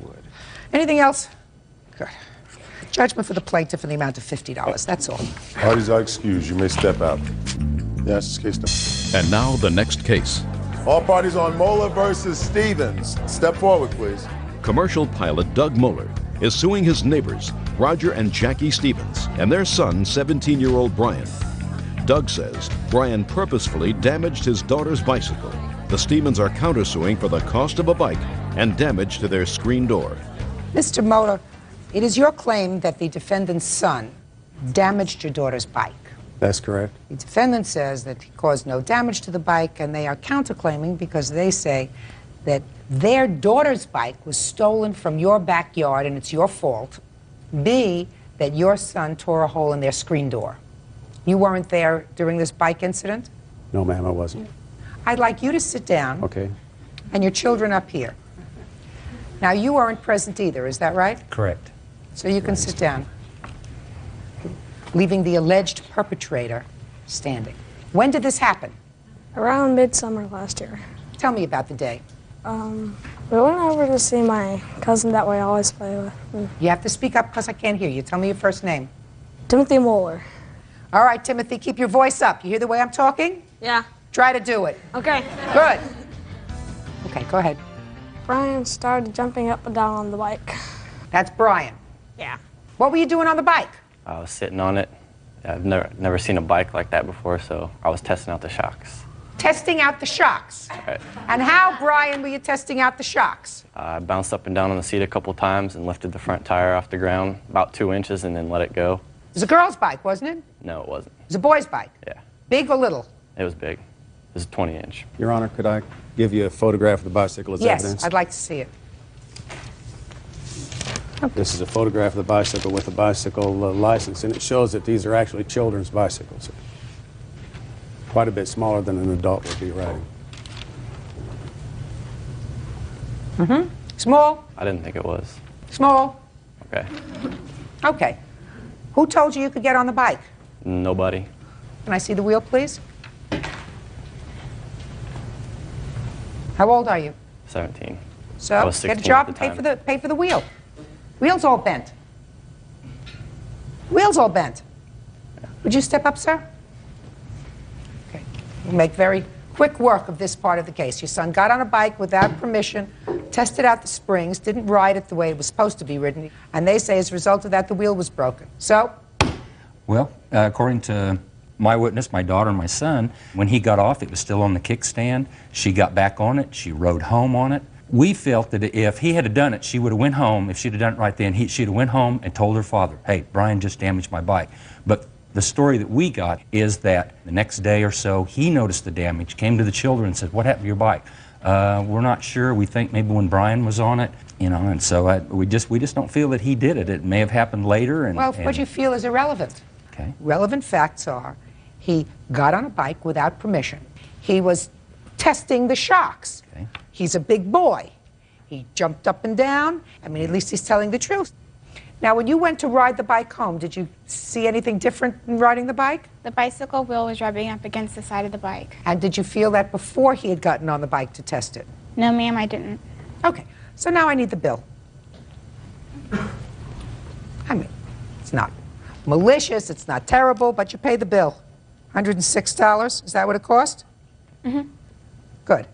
Now, let's get, what? Your Honor, could I speak for just a second, please? Sure. What we've heard here is in a large part a fabrication. In fact, I'd like to call Michelle Stevens as a witness, if I could, please. Brian. Second, sir, you just won your case. Why do you have to call Well, anything? I know, but there's a little bit more than $106 involved here. What? It cost me $27 to file this in small claims court in Wichita, Kansas. Oh, okay. And there was more damage to it than just the wheel. The handlebar extensions were damaged, the pedals were damaged, the bicycle seat was torn up. I asked for the bill to fix it. Yeah, you got the bill. You That's got correct. the bill, $106.40. That's correct. That's the bill that you gave me. That's correct. So? Well, I guess that's the end of the story then. That's the end of the story. All right. You just Okay. won. Sit.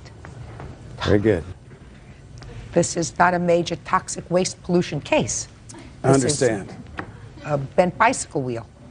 All right, let me get to the bottom line of your case, which I've read. Let me see if I understand it. Your daughter was playing over at their house. The plaintiff wanted to go someplace.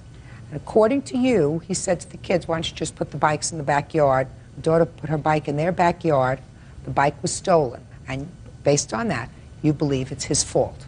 His responsibility. No, that's wrong. How old is your daughter? 13. So she had the capacity to say, I'm going to go put my bike in my garage? Which she did.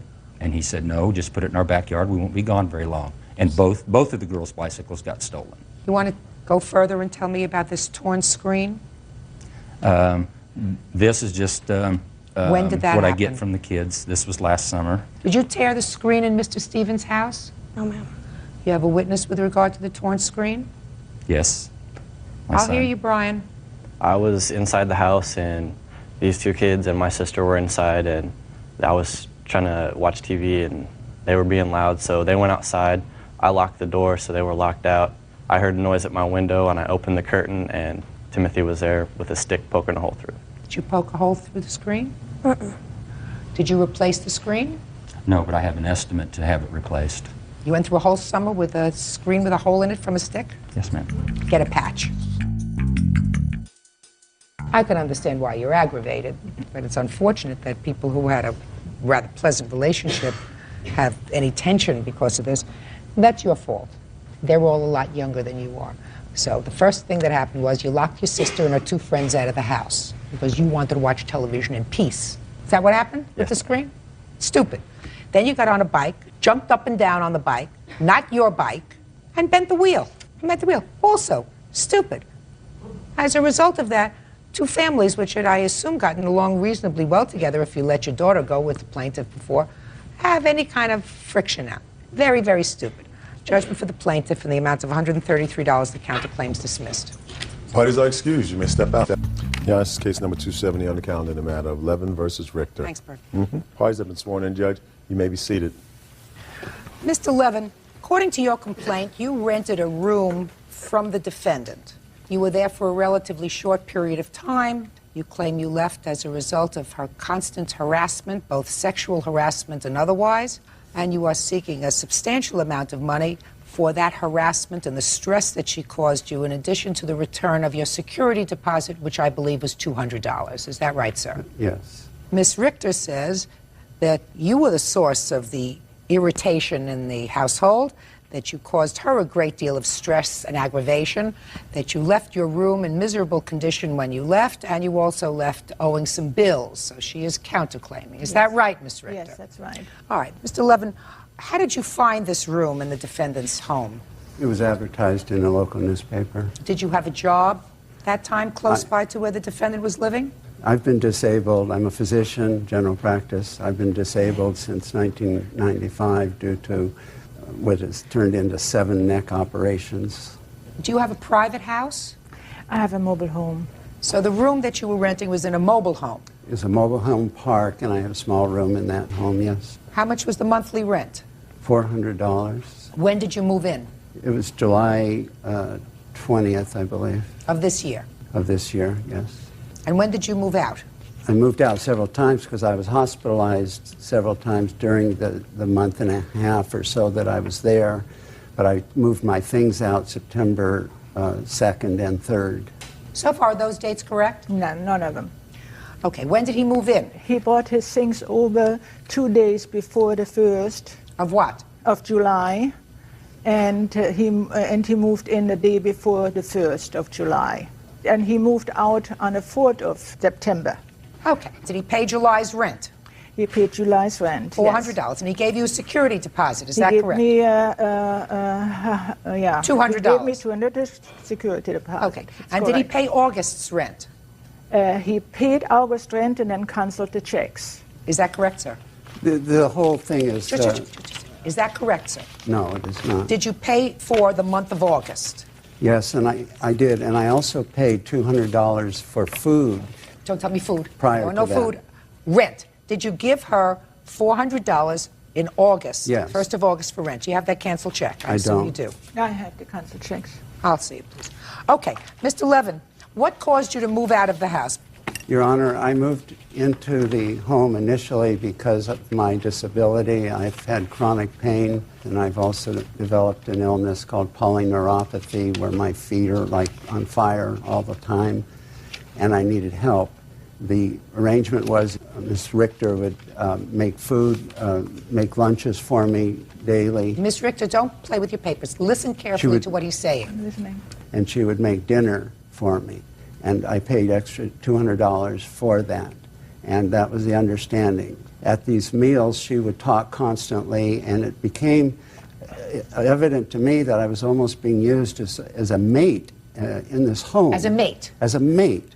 And I was being talked to as if I was her partner. And then what happened that made me move out was that she began to look at my body, and she looked at my legs at one point, and then she says, "You have really nice legs." I wear shorts all the time.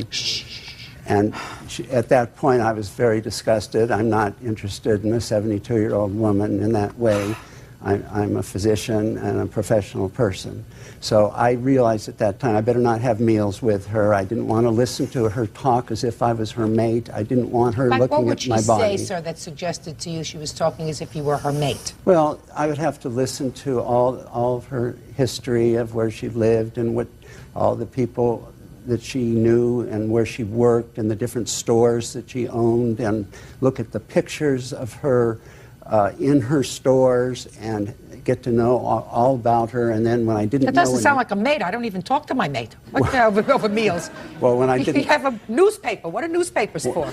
When I didn't know enough, I was told, you don't know anything about me. At any rate... Have you ever been married, sir? Yes, I have, ma'am. How long were you married? I was married for 14 years. And you talked to your wife over dinner like that? I talked to my wife and children at dinner. Over dinner, like that? You know, a whole bunch of stories and pictures and history?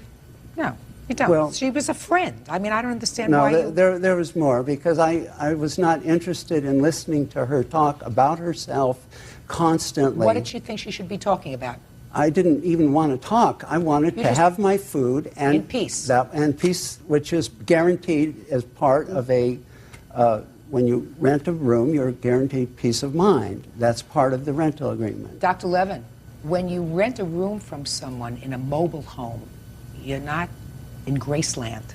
It's sort of a confined space. So it would seem to me if she made you dinner, she would make herself dinner at the same time and sit down and eat with you. But, Your Honor, that wasn't the plan. That wasn't the plan in your mind. The plan in your mind was she would prepare meals, leave them, and leave you alone to eat. If that's what the sexual harassment part of your claim is. No, it isn't, Your Honor. The harassment was when she started looking at my body in the kitchen and looking at my legs and saying, "You have kind of nice legs." And that was to me, very demeaning. You have nice legs? That's not for me to comment on. I'm sorry. Well, if somebody told me I had nice legs, I wouldn't consider that sexual harassment, sir. Real cases, real people. Judge Judy. Richard Levin says ex-roommate 72-year-old Margot Richter won't return his security deposit. Margot says Richard was impossible to live with. All right, let's go. I don't think much of this harassment, sexual harassment. Let's move on to what you want. You want your security deposit back? I was injured by this woman in a number of ways beyond wanting the security So tell me the rest. I opened up to her emotionally as if I was a confidant. I could talk to her. I thought she was a friend. I'd suffered from depression throughout my life and had a problem with my father. And she makes a statement to me after I stopped having meals there. She makes a statement, "Oh, I know why your father hated you. You're a horrible person To me, that was really an upsetting comment. I was also told, I hope you choke to death on that sandwich that you're eating. And I didn't exactly need that kind of comment either when I'm in chronic pain and having a lot of medical problems. I was given... You really didn't have I would like to Ms. finish. Richter, don't speak to him. There was a restraining order that I couldn't come within 10 feet of the woman, which meant I couldn't use the kitchen. So no longer could I have food made, or I couldn't even try to make it for myself. I had to eat out of the back of my pickup truck, out of a cooler, for 2 weeks. I was also assaulted physically by the woman. Tell me how you were assaulted physically, because you mentioned that, but you don't really talk about it in your complaint. I was trying to get some butter to put on some oatmeal from the refrigerator, and she has... Was that before or after the restraining order? This was before. Go ahead. I opened the refrigerator. She has a thing about not keeping the refrigerator open more than 2 seconds. This was maybe 3 seconds. I reach for the butter. She grabs my wrist, shoves me out of the way, and I'm unable to walk, and my feet are extremely painful. What a lie. And I do not feel that she has that right to shove me physically. I called the police, and deputy came to the house, and he asked me if I wanted her arrested. And I said, yes. Was she arrested? This is assault. Was she arrested? He did not arrest her. Okay. Did you get your security deposit back? I was told at the end, do not clean your room.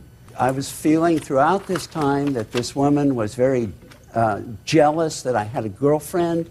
She comes and she pounds on the door when I'm on the phone with my girlfriend in the evening, screaming and pounding on the door. She got the phone number somehow of my girlfriend. This was a few weeks ago. She calls her up and spends 20 minutes telling her what a horrible person I am. Why didn't your girlfriend hang up? I don't know. Why don't you ask her? I did. And what did she say? She said that she doesn't do that to people. Doesn't hang up on people? Yeah. Where are you living now? I'm living in La Jolla. With whom? I'm living by myself in an apartment. By yourself? No more girlfriend? I have a girlfriend. She stay over? She lives where she lives. And so you just visit? Yes. Fine. You're getting along okay by yourself? I'm doing my best, but I also feel I have been harmed by this woman, and I do feel that my suit is just. Well, not every affront, Dr. Levin, is cause for a lawsuit. What you were complaining about was first some harassment by her because she was treating you as a mate, which is something you hadn't bargained for.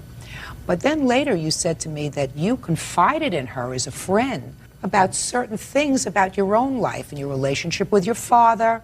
So it's clear to me that this just wasn't a one-sided conversation where you were trying to blindly have your dinner and she was just yakking off at the mouth and you just wanted to be quiet. There was a conversation. Which ended with the business about my body. Stop saying your body, sir. Talk about the fact that she looked at your legs while you were in shorts and she said to you, you have nice legs. If, in fact, she said that at all. I mean, that's not something that would send a rational person into a tailspin. Well, it was more than the statement. It was the feeling that went with it.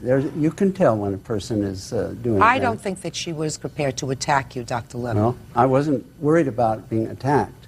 It was You were a worried feeling about what?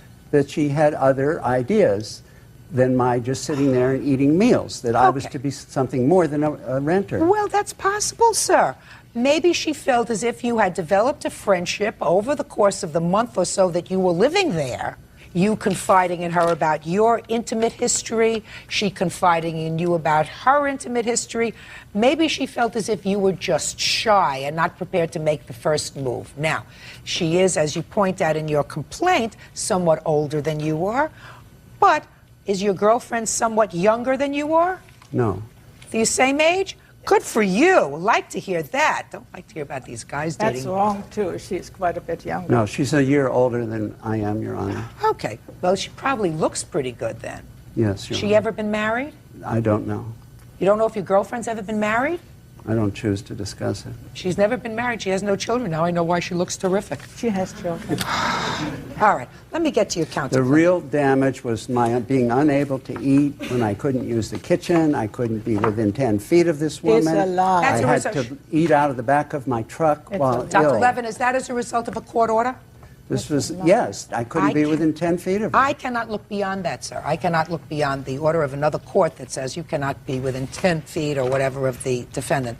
That's something that a court determined that they were prepared to impose as a result of some fact, which I'm not prepared to get into now. Now, you didn't return his security deposit. No, because it was used up. Okay. Because he canceled checks, and then he gave me only one check for the rent back. And I have a stop payment on this check, sir, that's made out to Margot Richter, dated the 3rd of August, for $433 for August's rent and July's utilities. Did you cancel a check that you sent to her? Yeah, but I did. I paid it after that. No, you didn't. When I The whole decided to check. stay, I did pay it. Can I see a copy of your check? I don't have it. Well, I then haven't the felt only well thi- enough to find anything, Your Honor, Dr. when I Levin, try to get these Dr. Levin, papers. this is, you have a whole bunch of papers there, and it would seem to me that you would know that I would ask you to make sure that there was rent paid each month that you were living there and utilities, and the only thing that I have is a check that you stopped payment on, dated August 3rd, and also a check that you stopped payment on, dated August 4th, that you indicated here were for lunches. Now, so you say the security deposit was used up. Yes. I agree with you, because you didn't pay the rent for August. So you don't have to return a security deposit. Now, what else are you suing him for? I want to hear about your stress. Okay, he called the police twice on me. He called the fire department and said I gave him a heart attack. And Your Honor, he that crushed is not my. true. He was never home on during the day. He was always on the beach. That's what he told me anyway. And that Sunday, I have planned my barbecue for the longest. Once a year, I have a barbecue, and my friends come from far away. And he wanted to crash my party, so he stayed home and called the police on me. Miss Richter. Yeah. Are you happy to be rid of him? Oh, yes, I am. So now you're rid of him. Yeah, but I have been. I'm not the same. I tell you that. Well, I only had 4 hours sleep because I can't sleep. I'm on pills. Why can't you sleep now? Now he's gone. Because all the flashbacks I have from him. Stop with He flashbacks. has- Listen to No. me. Did you ever rent a room in your trailer before? Did you see the letters he wrote me? And Let me see the letters he wrote you. Your Honor, when I came back Have you from rent? the- I'm speaking. Did you ever rent a room before, Miss Richter, in your No, trailer? never. Are you No. ever going to do it again? Never. No. Okay, good. That sounds right to me. May I say something, Your Honor? Certainly. I do not agree that it was I was causing all this trouble. Yes, you have. This is something. Listen, you that- didn't get along together. That was a problem. What else? Miss Richter. Well, he grabbed. I would like to tell you a story. What happened when he called the police the first time? Like he said, he was all holding the refrigerator open. He has been eating for 27 days my food out of the refrigerator. And I said, this is it. He grabbed the milk, not the butter. He grabbed the milk, and I said, put the milk back. And he stood there, and it was a hot day, and he just kept the refrigerator open. I said, please close the door. And I said it 2 or 3 times. He didn't close the door. I was standing next to him on the stove. He is my double-door refrigerator, and he had the door on this side. I won't bother to tell you this is untrue. And he came. I put my hand over him and closed the door. That's when he called the police and said I touched him. But He's, just a minute. Miss Richter, listen to me. He's very sensitive.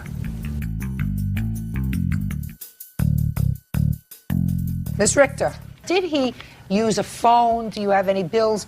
I have a lot of bills here, yeah. I have a countersuit. I understand what your countersuit is for bills that he owes you. Give me a, for instance, like what bills? Oh, electricity. Forget electricity. It was hardly there. Right, your phone bill.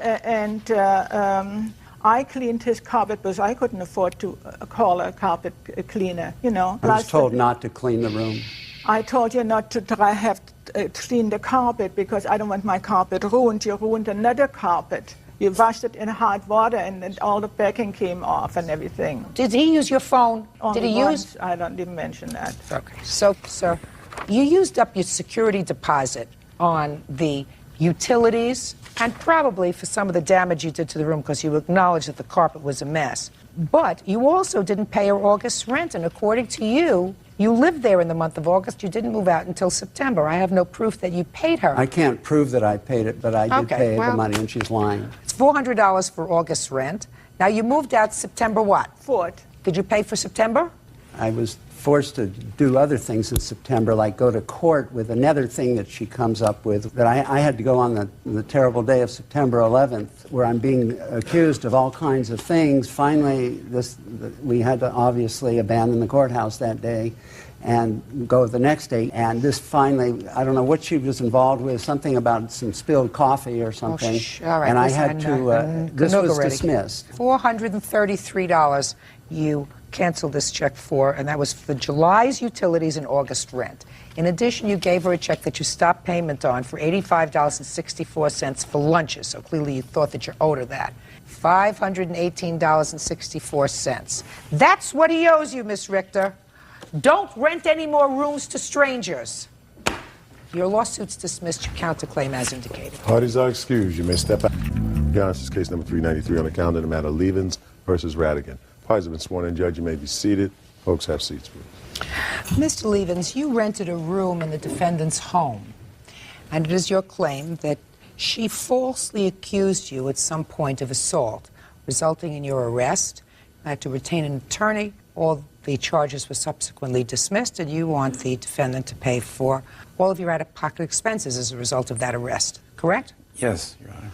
And it is the defendant's position that you did, in fact, assault her, and that your lawsuit is frivolous, correct? Yes. When did you begin your tenancy with the defendant?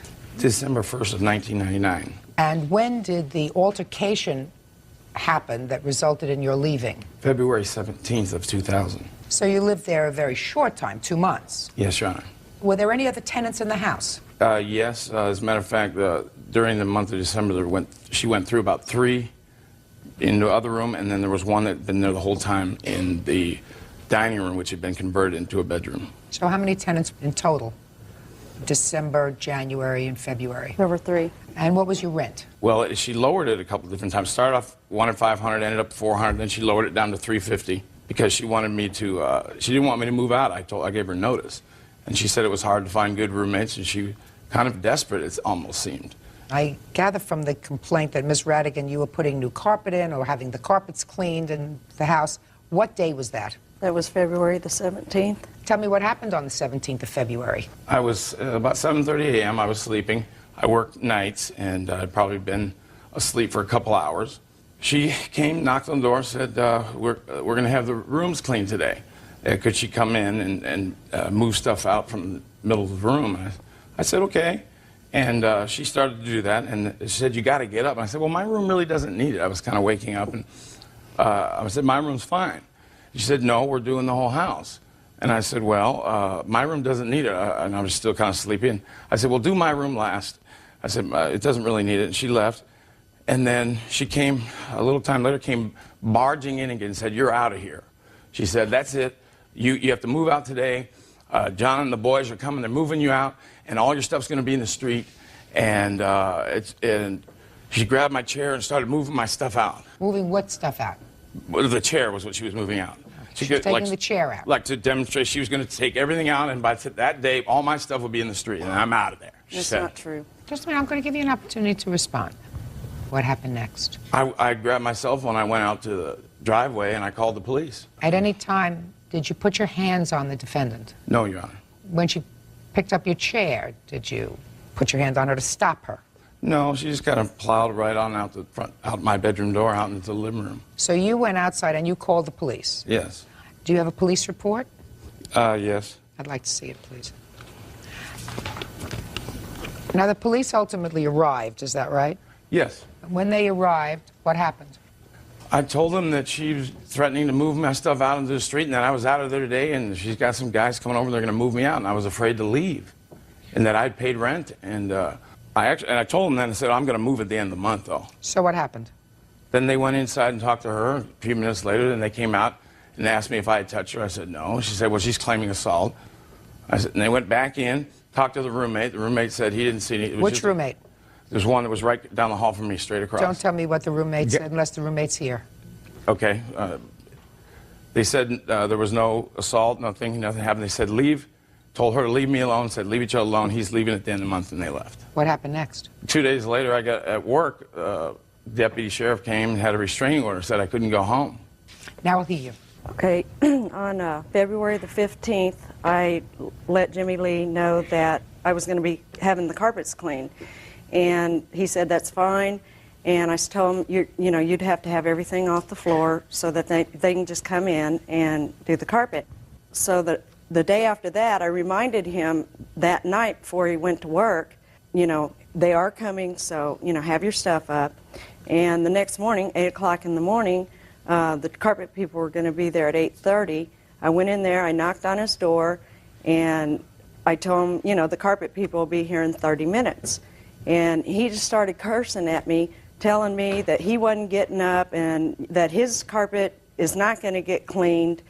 So then what happened is I asked him, I said, this door is still shut. I asked him, is it okay, can I just come in and pick the stuff off the floor? He said, fine. So I went in, I got the chair, desk chair, rolled it out into the hallway right there, already out of his room. He came back in back of me. I didn't even know he got up. He came back in the back of me. He pulled me around by my arm. He took me, violently shook me, and threw me onto the chair. And he proceeded to go ahead and do whatever, hit me or whatever. And my other roommate, his room was right there, and I called out to him, and he came and had to remove him off of me. Is that person here? No, ma'am. Then the police arrived, and you told the police your story. Is that right? Yes, I called the police. Oh, so did he? Mm-hmm. The police arrived, and each of you were told to leave each other alone, and he advised police, who would turn advised you, that he would be moving out at the end of the month. Is that right? No. They didn't tell you that he would be moving out the end of the month? No, he didn't. Did he tell you that he would be moving out the end of the month? No, he didn't. He didn't. But you certainly wanted him out of the house. Exactly. He assaulted her. Several days later, you went back to the police. Is that right? Right. And you went to the police and said, I want to file assault charges against him. Mm-hmm. I filed a report. You said, I want to file, I've read the report. Okay, You said, yeah. I want to file assault charges against him. Is that right? Yes. And you told the police another version of what happened. You said that the first officer had taken an incomplete version. Correct. And you were very careful this time to go over all of the details precisely. Is that correct? Yes, I was to make very sure distraught. that this officer got all of the facts straight. Yes. Is that right? Yes. And it was clear at that time, that several days later, that you wanted the plaintiff out of the house. Is that right? Yes. Did you make an attempt to go to housing court to have him evicted? No, I didn't. No, you didn't. You went to the police to get a restraining order to put him out of the house. Is that right? Yes. Okay. So let me tell you, Miss Radigan, the first officer that you spoke to reports no injury. Officer said that he spoke to a witness, this is in his police report, who did not see any physical interaction, but did hear arguing. You stated that the plaintiff grabbed her with both hands and pushed her out of the room. No. I'm telling you what the police officer stated in quotes that you told him. He grabbed you with both hands and pushed you out of his room. That's what you told. Oh, I was very distraught at the Hey, time. listen, Miss Radigan. Distraught. Then, after a few days, when you realize that nothing's going to happen, you go back to the police and insist on filing another report of assault, the same assault that allegedly happened on the 17th. And let me tell you what you told the officer at that time.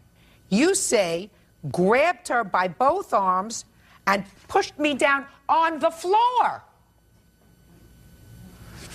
Now, that was the time when you went to the police and you wanted to make very, very sure that you got it 100% right. Then you filed this case today, in which you swore in your deposition, he came up behind me, grabbed my arm, and turned me around and shook me really hard. Then, in the story that you tell me now, 2 seconds ago, you say, he came up from behind, he grabbed you, and he threw you down in a chair. No, I said he shook me. You just told me he shook you and he threw you down in a chair. Exactly. I mean, the question that I have to resolve, Miss Radigan, is whether you abused the process of the courts and the justice system in an attempt to see to it that he was evicted from your house very quickly, because you probably, if you rent rooms, know how hard it is to get out a tenant, since he had paid his February rent. even if you try to get him evicted sometime in the middle of February, he's not going to get out for months if he doesn't want to go. You wanted him out. You insisted upon filing assault charges against him. You were not injured in any way, and you abused process. Now, let me see the certificate of disposition with this assault case. I know what you did, and you know what you did. How much did you actually pay this attorney, sir? $5,000. Judgment for the plaintiff in the amount of $5,000. You ought to be ashamed of yourself. Parties are excused. You may step out. Everything he said was a lie, every bit of it. Sherry uses the judicial system to get her way. The only way I could get him out was to get a protective order. Sherry is a very controlling person, and when she doesn't get her way, she throws a fit in the one way that she knows, into claiming that she was hurt. 18-year-old student Monique Lacey is suing 21-year-old waiter Melvin Marshall for damage to her car resulting from a fight. Melvin says Monique's witness, Malcolm Johnson, started the fracas when he threw a bottle of Hennessy at him. Order. All rise.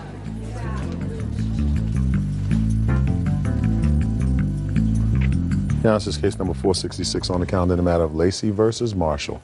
Parties have been sworn in, Judge. You may be seated, sir. Have a seat. Miss Lacey, according to your complaint, you were at a bar or a club with some friends. Somebody by the name of Malcolm got into a confrontation with some other people, and you offered to give Malcolm a ride home. Yes. Got out into the parking lot, there was an altercation, and you say that the defendant is responsible for vandalism of your car that occurred during this altercation. Yes. Is this Malcolm? Yes. Perfect. Step up. What date did this happen? September 29th of 2001. And who did you go to the club with? I went with Malcolm and also another student named Tom. 3 of you went in your car? Yes. And what happened with Malcolm in the club? I did not witness anything that happened in the club. What happened, Malcolm, in the club? Nothing happened in the club. Everything happened as the club was letting out. Well, what happened as the club was letting out? Well, I was leaving. I had seen a female, whatever. She was attractive, so. Stand up straight. And talk to me directly. All right. You saw a female that looked attractive. Yeah, so I approached her or whatever, and I guess it must have been one of the defendant's friends, girlfriend or something. What did you say to her? Well, I just said, what's up, you know what I'm saying? A Valentine. Nah, I just said, what's up, you know, stop, talk to her, you know. And I guess that was her boyfriend. He just went through this whole episode of outrageous. What did he say? He didn't say really much. It was just like, ooh, he made some faces and like he was really mad or whatever, you know. So I had left it at that or whatever, and we had went on to the car and... Okay. What time had you arrived at the club that evening? Don't look at her. You tell me. Around 11 or 12 or something. And what time did you all leave? I think the club let out probably 3 or 4. They serve alcohol at this club? They do. And when you went out to the car, where were you seated in the car? I was in the front passenger seat. Now tell me what happened next. There was a police block up ahead, so all the cars were basically at a halt. It was a police block. Like, the police were searching the cars as they were leaving the area of the club. And I seen the defendant and some of his friends leaning against the car. The defendant... Leaning against which car? It was a gold car. Not your car? No, not my car. Okay. No, that's a lie. I'll go get to you, okay? Go ahead. The defendant pointed at Malcolm, and after that, another guy came through my sunroof and began to hit and kick Malcolm. Was about 4 other guys, including the defendant, came through the passenger side window and was hitting and kicking Malcolm also. How could 4 people come through the window? They were through the 2 passenger side windows because there was also another guy in the back, and they were hitting on him too. So somebody else came through the sunroof? Yes. Was it the defendant? No, it wasn't the defendant. Go ahead, let me hear. I got out of the car frantically. I got back inside of the car, and I got ready to pull off. And the other student was pulled out the back window, and they began hitting him. You mean the one in the back seat? Yes. I drove forward, and police were about 500 feet ahead. We spoke with an officer. They went looking. They didn't find anybody, so they told us to go down to the police station and fill out a report. I have the report, and I also have pictures and an estimate. Now, of all the people that were involved in coming over to your car, how many of them did you know by name? I knew 2 by name. Which 2? Melvin and also another student named Marco. What did Marco do? He was the one that came through my sunroof. What damage was done to the car? It was about 7 dents. 3 on the passenger side, 3 on the roof of my car, and then 1 on the trunk. Do you know what damage the defendant caused to your car? Yes. What damage? There were dents on the side, on the passenger side where he was, and also there were dents on the trunk. No, that's a lie. She keep telling such lies on me. I can't. You have to, because it's not your turn. Go ahead. When it comes to your turn, you can speak. Okay? Malcolm! Yes. Did you throw a liquor bottle out the car window? Yes, I did. You know how I knew that? I looked in my crystal ball. What kind of liquor bottle did you throw out of the car window, Malcolm? It was a fifth of Hennessy.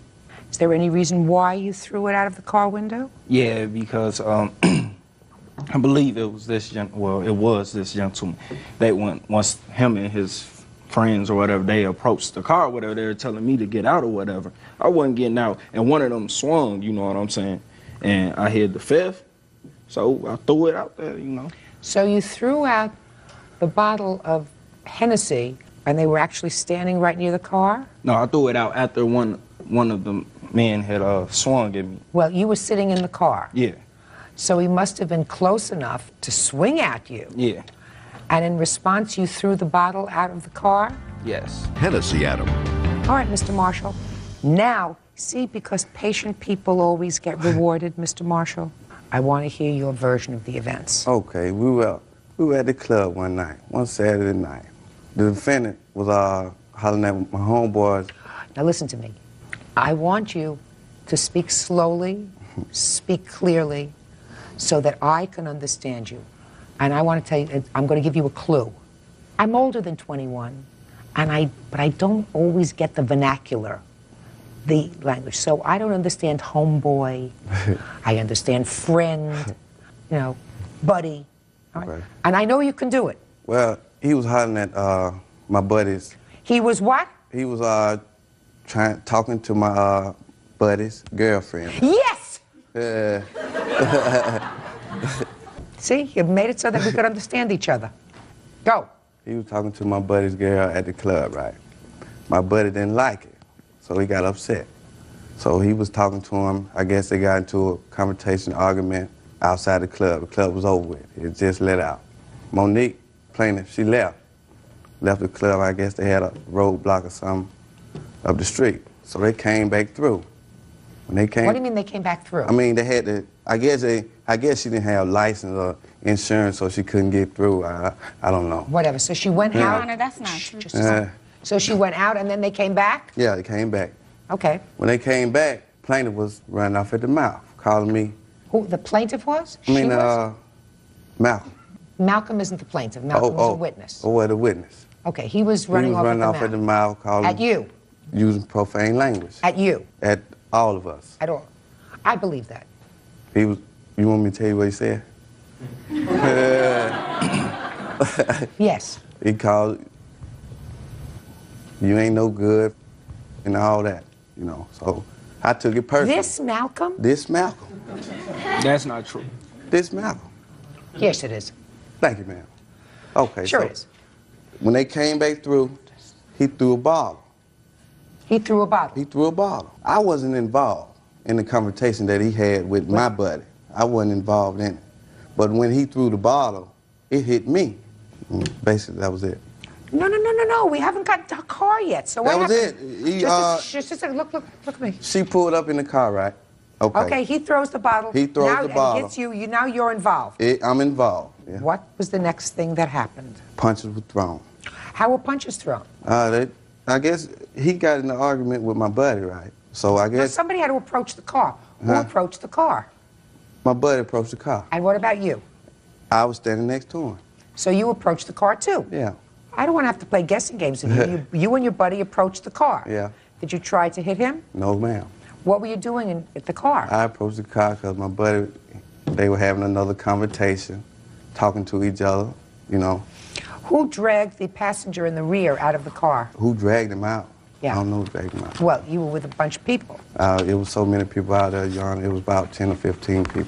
It wasn't you who jumped on the top of the car, is that right? No, ma'am. According to you, somebody also spilled liquid in the car, is that Yes. right? That was the person who was on the sunroof. Yes. You have damages for that too? Yes. That wasn't me, Your Honor. Just a second. No, alcohol was thrown from the passenger side. It didn't come in through the sunroof. It was thrown in from the passenger side, and it hit the roof as it was thrown in from the passenger side. You didn't see who did that? No. Okay. So you have damages to your car, let's say, in the amount of $1,632. It's actually $1,362, and I have 3 estimates here. And that's the lowest estimate. Let me ask you this question. Any of the damage to your car have to do with the sunroof? Yes. Why are you charging him for that? Because he was one of the people that caused altercation. What about him? He was also involved too, but they were the ones that actually started the whole thing. Well, don't you think he started a little bit of it by throwing a bottle of Hennessy out your window? No, that was not what happened. The whole altercation started when I was stopped. They seen that he was in my car, and after they seen that he was in my car, that was when they started hitting him. He did not throw the bottle first. That's not true. Really? You remember exactly when he threw the bottle?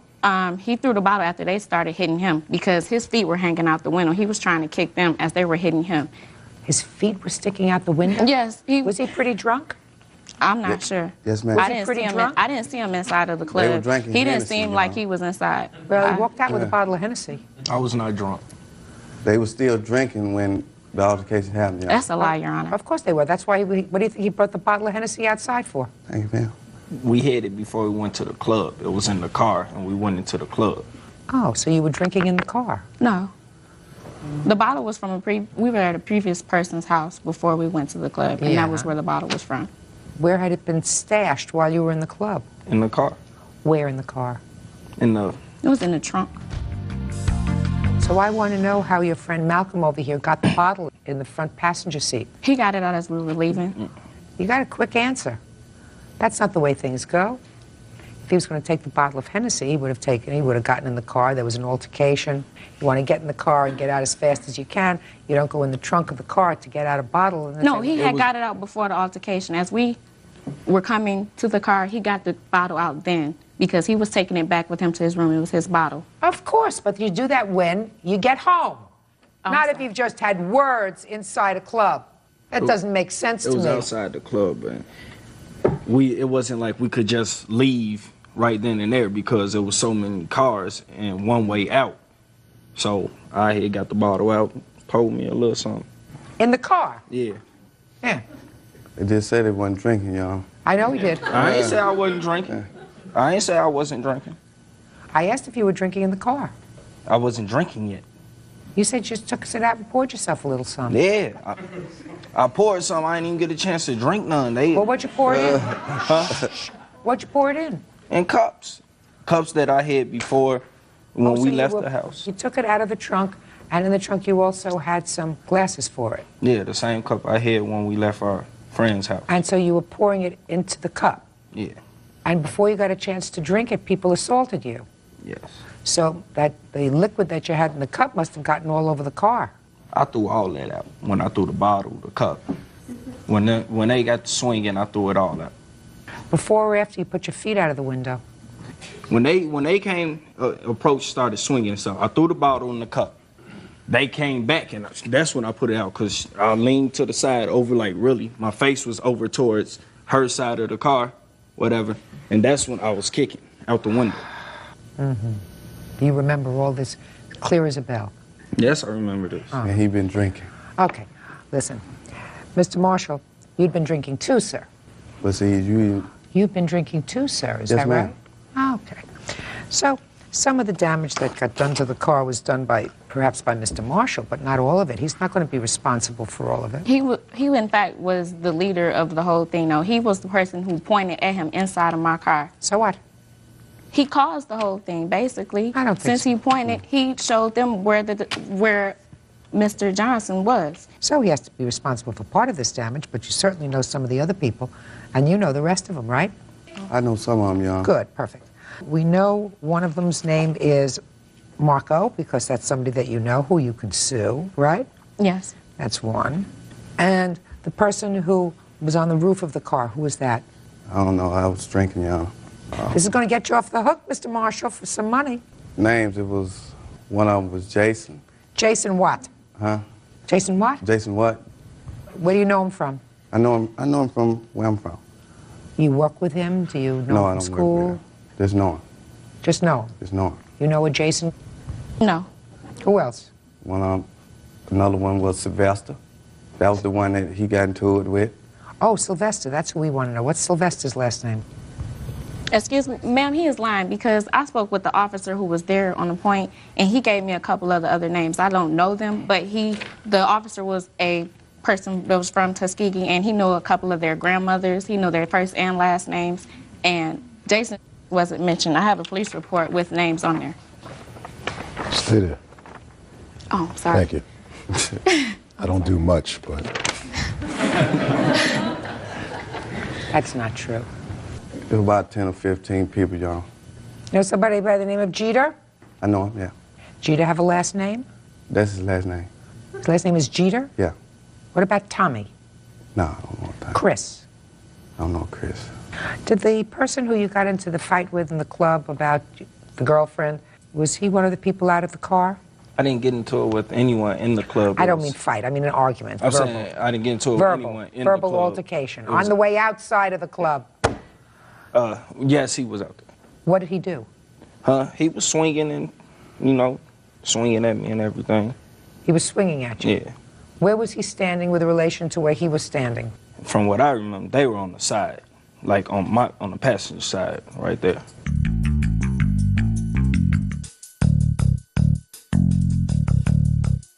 Let me see the estimates for your car, please. And I also have a lease for the car because the car is on a lease agreement.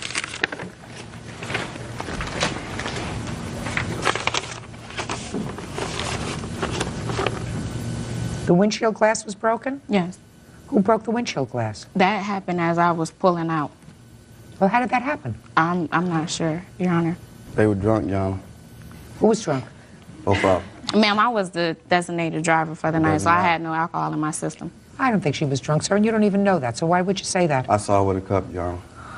That doesn't mean she was drunk. She was drinking. It doesn't mean she was drunk. She didn't start up with you.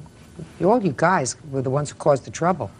That testosterone out there, 3 o'clock in the morning. Well, I tell you this, Mr. Marshall.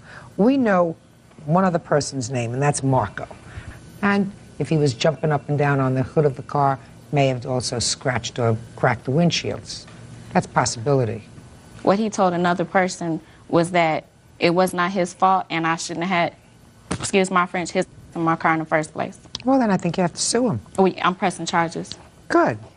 Because Mr. Marshall here, I mean, he knows Sylvester, he knows Jason, so he's going to have to go after them for his half of this damage. And I'm going to give you half of what it's going to cost to fix your car. You go after Marco for the other half. And if Mr. Marshall wants to recoup any of his losses, he'll go after old Sylvester and Mr. Jason. Do you understand? Yes, ma'am. Okay, good. Judgment for the plaintiff in the amount of $681. That's all. Parties are excused. You may step out. Yes. And now the next case. All parties in the matter of Pettit versus Ryan. Step forward. 34-year-old daycare provider Cynthia Pettit is suing former client, 23-year-old mortgage consultant Lacey Ryan for unpaid child care fees. Lacey says Cynthia hit her 3-year-old son. Ms. Pettit, you provided daycare services for the defendant for approximately a week. A week and a half, Your Honor. And she removed her child from your care. You claim she did not pay you. Defendant says she did, in fact, pay you. She removed the child because she said that you had hit the child. What kind of facility do you run? I do an in-home daycare. I'm licensed through my county, and I have a zoning permit that allows me to take in children to do daycare. How many children do you have? I have 1 child, and I take care of 4 other children at the present time. And what age are the other 4 children? The youngest is 13 months, a year and a half, 2 years, and 2.5 years. And my how old is daughter's your 3. child?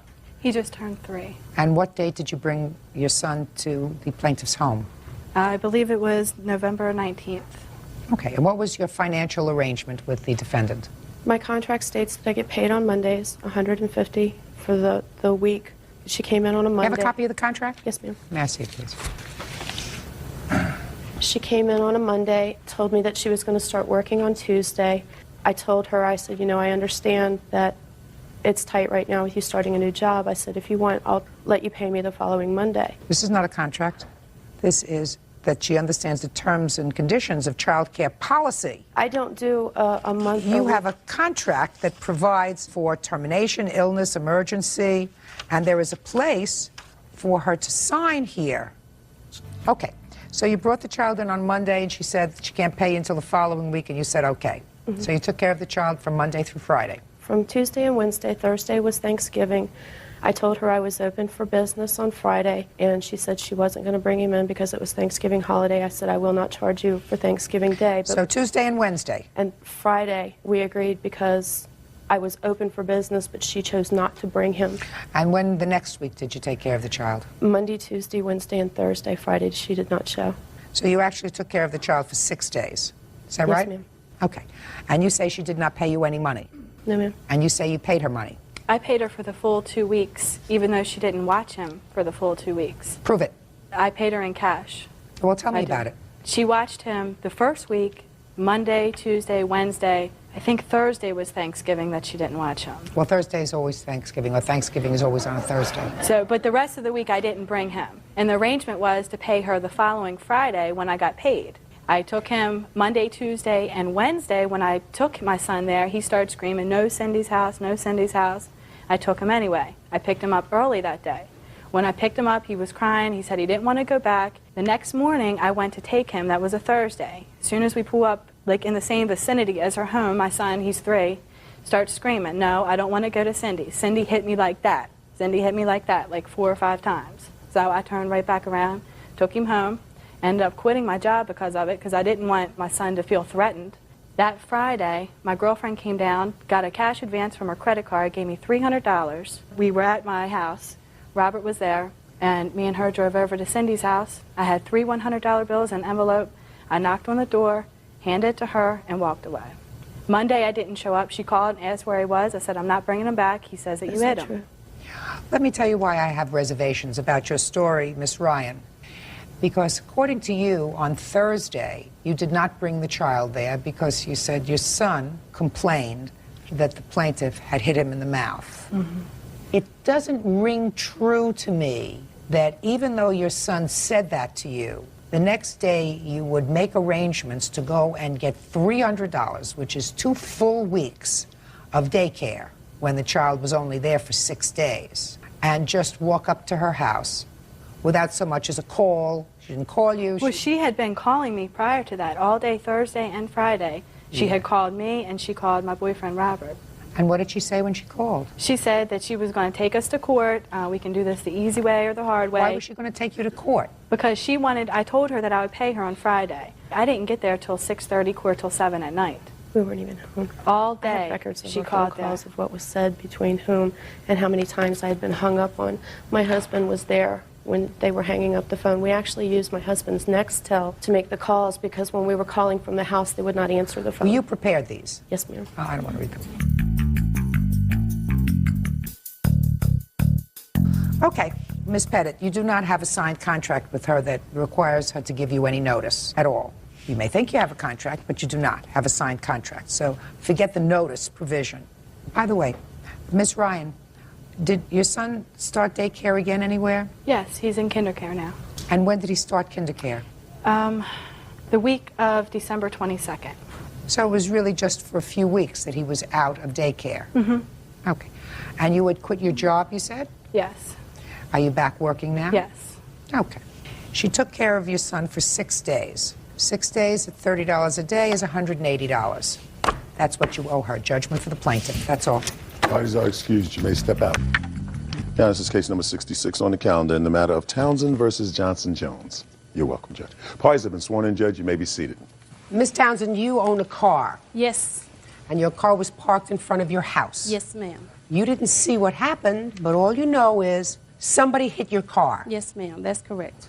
And one of these two people were driving that car that hit your car. Yes, ma'am. When did this happen? October 19th, about between 6 and 7. Tell me where you were. I was inside my house, and I heard this big crash. I got up, went to the door. By the time I made it to the door, 2 of my neighbors were at my door saying, someone has just hit your car. You need to come outside. So I went outside, looked at my car, and it was smashed in on the front and just stuff all over the place. So I looked. You mean debris? Debris. Car That's debris. right. That's right. Debris was on the street and on my yard. But the second car wasn't anywhere around. So I went back in, called the police, went back out to look at my car again, and we seen debris going around the street. So you followed the debris? We followed debris around the street to another car, which was probably about, it was the next block. The next block, that car was there. It was all smashed in. It was not able to go any further. Did you see anyone around that car? I seen Miss Johnson and her baby. Her baby was in the back seat. Yes, ma'am. Her baby was in the back seat. She was standing on the outside. She was crying. She was all upset. She got her. There was a baby in the car? Yes, in ma'am. Her car. The baby was in the back seat. She got the baby, put it in a restraint. Also in the seat? In the car? In the car. Not in the restraint, in the car, on the back seat. She took the baby out of the back seat, put it in the restraint, and she, in the little baby car seat, she set it on the street, and I forgot, someone said, you need to get that baby out the street. So she got the baby out the street, and by that time, the police come. When the police come, Mr. Dennis... this gentleman here? Yes, this man here and his mother come up. Now, he wasn't there when you first got to the scene? No, he was not there. Okay. Okay, he was not there. He and his mother come up. The police officer was talking to Miss Johnson first. She was all upset. She was crying. When Dennis come up, the police officer was asking them, why did he leave? And he was saying that her father was trying to kill him. He had wrapped the seatbelt around his neck, and they were fighting. He was trying to get away from him, which made him put his foot on the gas and run into my car. Okay. And that's all you know about this? And that's all I know. Okay. So, well, there's one more thing. Dennis said that he would pay for my car. They said they would pay for it. They were sorry about it, but they never have. She has insurance on the car, but the insurance refused to pay for it because she was not the driver. He was, and he doesn't have any license. So that's why we're here today. I feel like they need to pay for my car. Who wants to talk first? I will. Go ahead.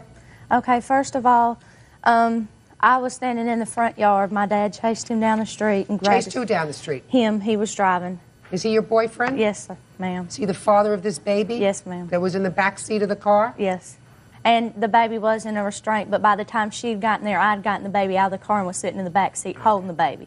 And then when the police were starting to arrive, let's I start took from the the baby. beginning. Your father is chasing him. Yes. Chasing him from where?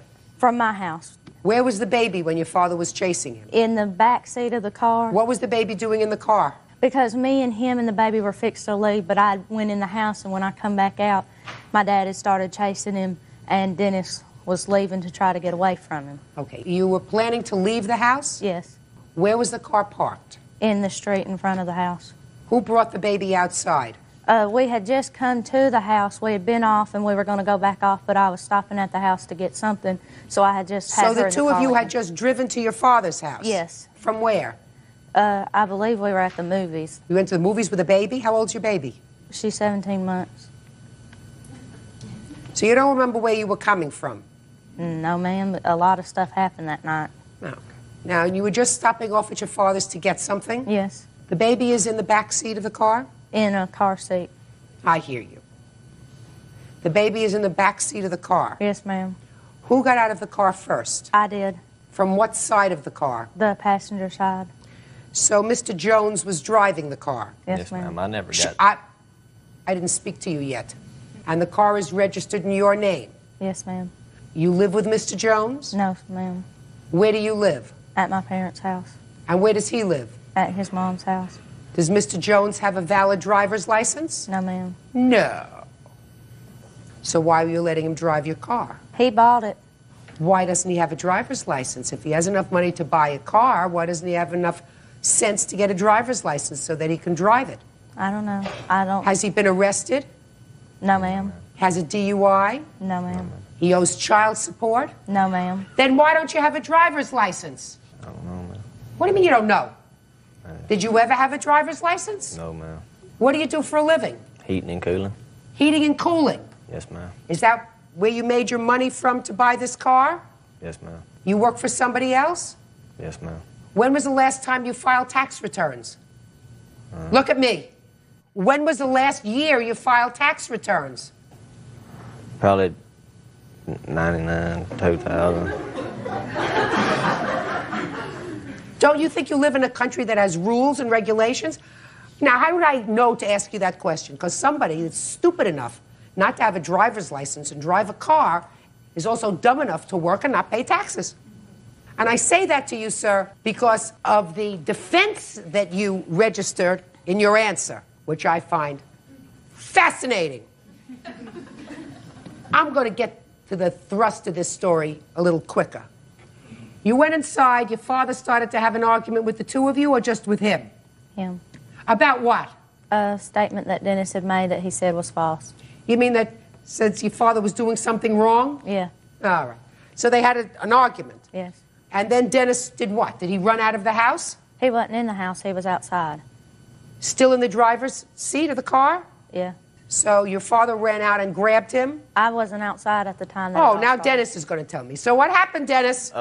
She went in the house, he come out, and he started fussing on me and stuff. So I crunked the car up, put it in gear. About the time I put it in gear, he was right here at my windows finna hit me.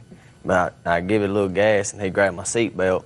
And I looked down, when I, was going down the road, he was running right beside me. When I looked down to grab the seat belt off my neck, because he was pulling it tight on me. And when I looked down, boom, I hit her car, which her car was like 3 foot away from the curb and illegally parked. That's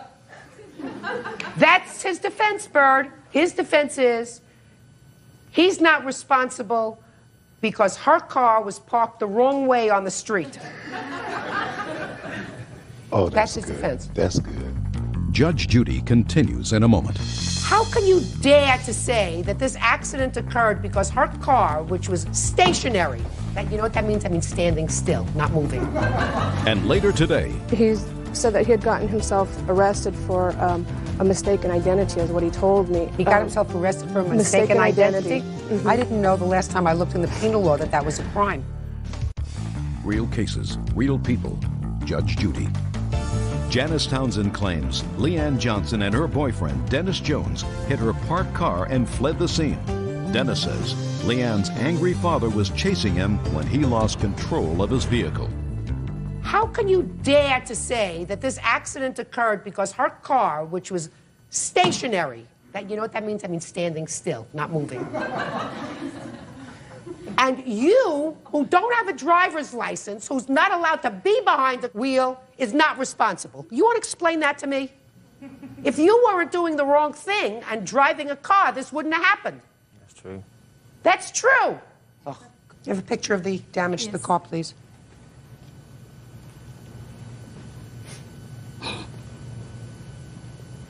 This is not a new car, right?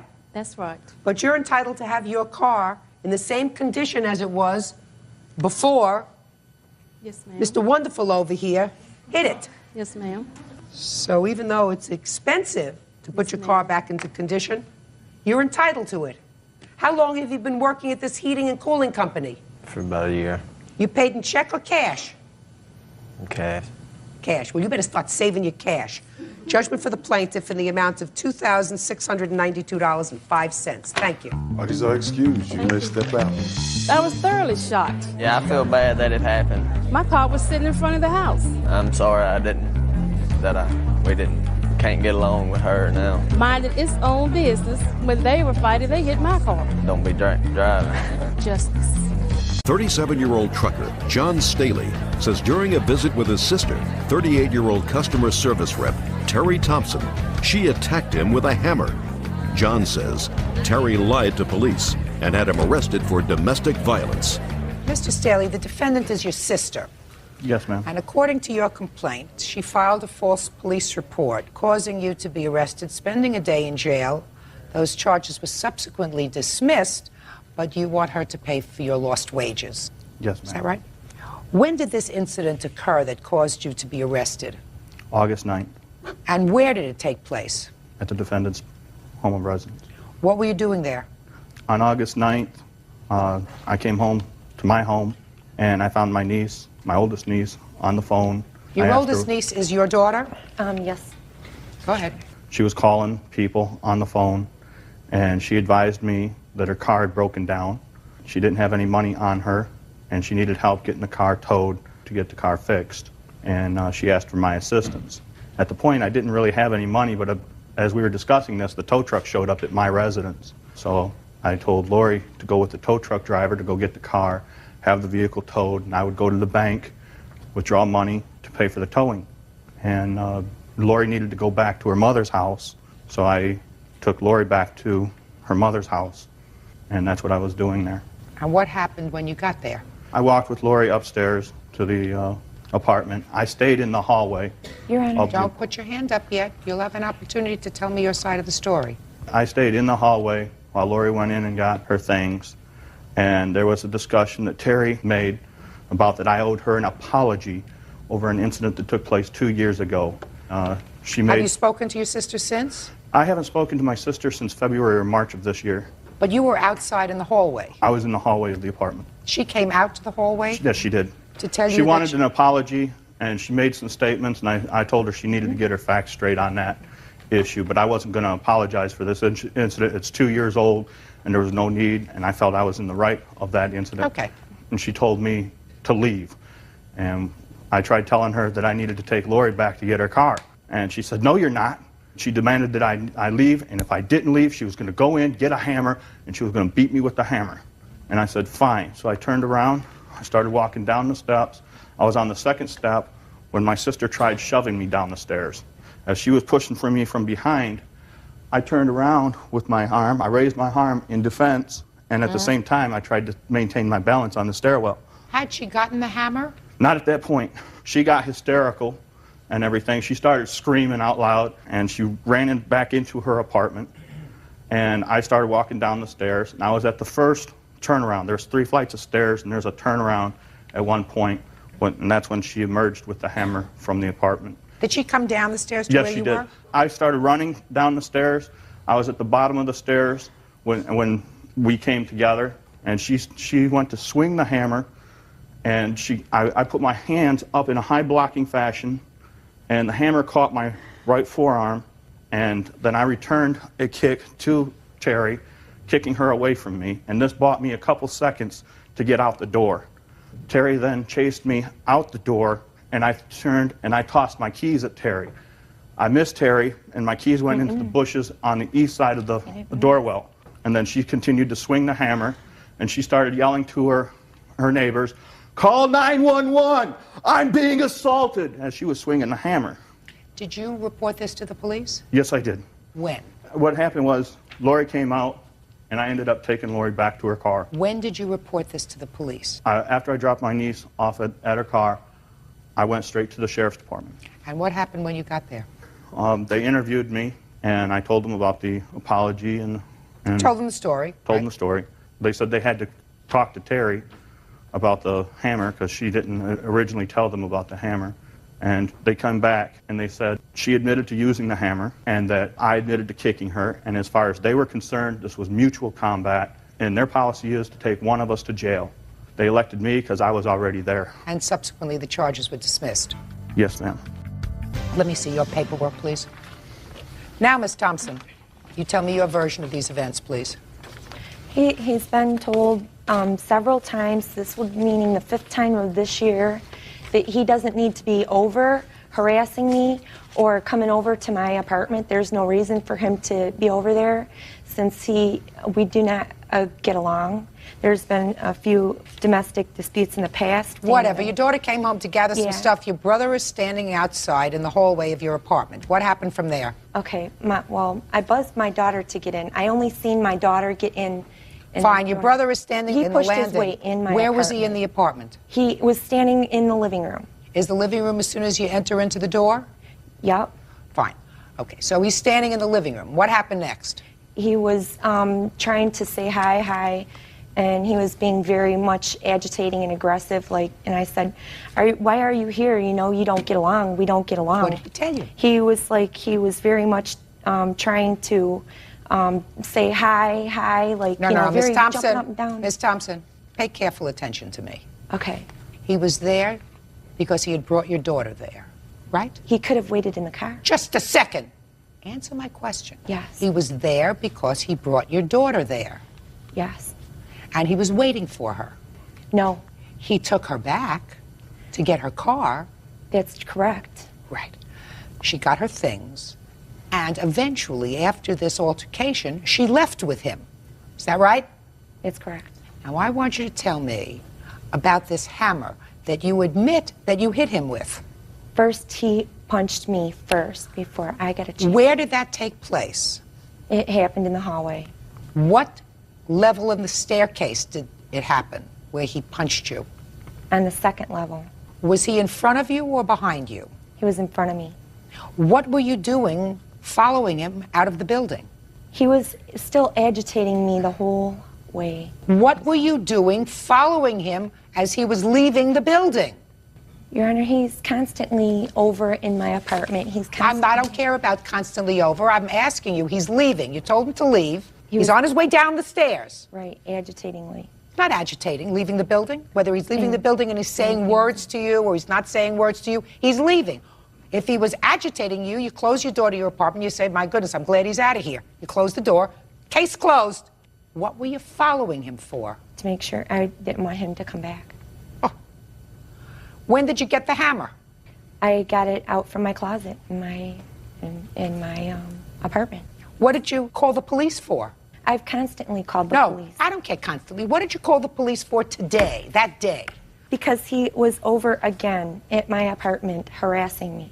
Miss Thompson, was your daughter moving out of your apartment? Is that why she came over? No, she just wanted one thing, a paycheck. She was in there for a second and out. So she just came home to get a paycheck, right? Right. When did she tell you that she was just there to get a paycheck? She didn't even bother telling me. She walked in the door and you said something. He followed her up. When your daughter walked in the house, okay, did she tell you what she was doing there? No, first she said, John is behind me. Fine. And then he pushed his way in. And then she went to get her check to get him out of there. That's not why she went to get her check. That is not why she went to get her check. She came to the house because she had to get a check. She asked him for a ride. He was not there uninvited by someone who lives in your house. Does your daughter live with you? Does your daughter live with you? No, she doesn't. Did she live with you then? No. Okay, but a check was in your home? She came over to visit me, and the check was in her pants pocket, and she came back to pick up her check. So she leaves clothes in your house? There's times she visits. So she leaves clothes in your house? Yes. So she invited him to drive her home.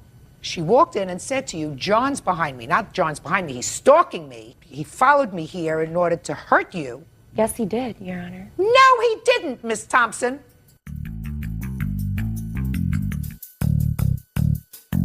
Now, Miss Thompson, you told him to leave, and he was leaving. And your daughter was still upstairs. You're the one who gets agitated. Because you were following him down the stairs, you went upstairs, and you got a hammer. And he couldn't stay in his car? He could have stayed in his car. Mm-hmm. Sure he could have. That doesn't give you license to go and get a hammer and assault him with a hammer. That doesn't give you license to do that. He's not a stranger. It's not somebody that you don't know. You may not get along with your brother, Miss Thompson, but that doesn't give you license to pick up a deadly weapon and to use it. At all. And you're absolutely responsible for his lost day's wages, which in this case, all he's suing for is $134.84. You got it. Judgment.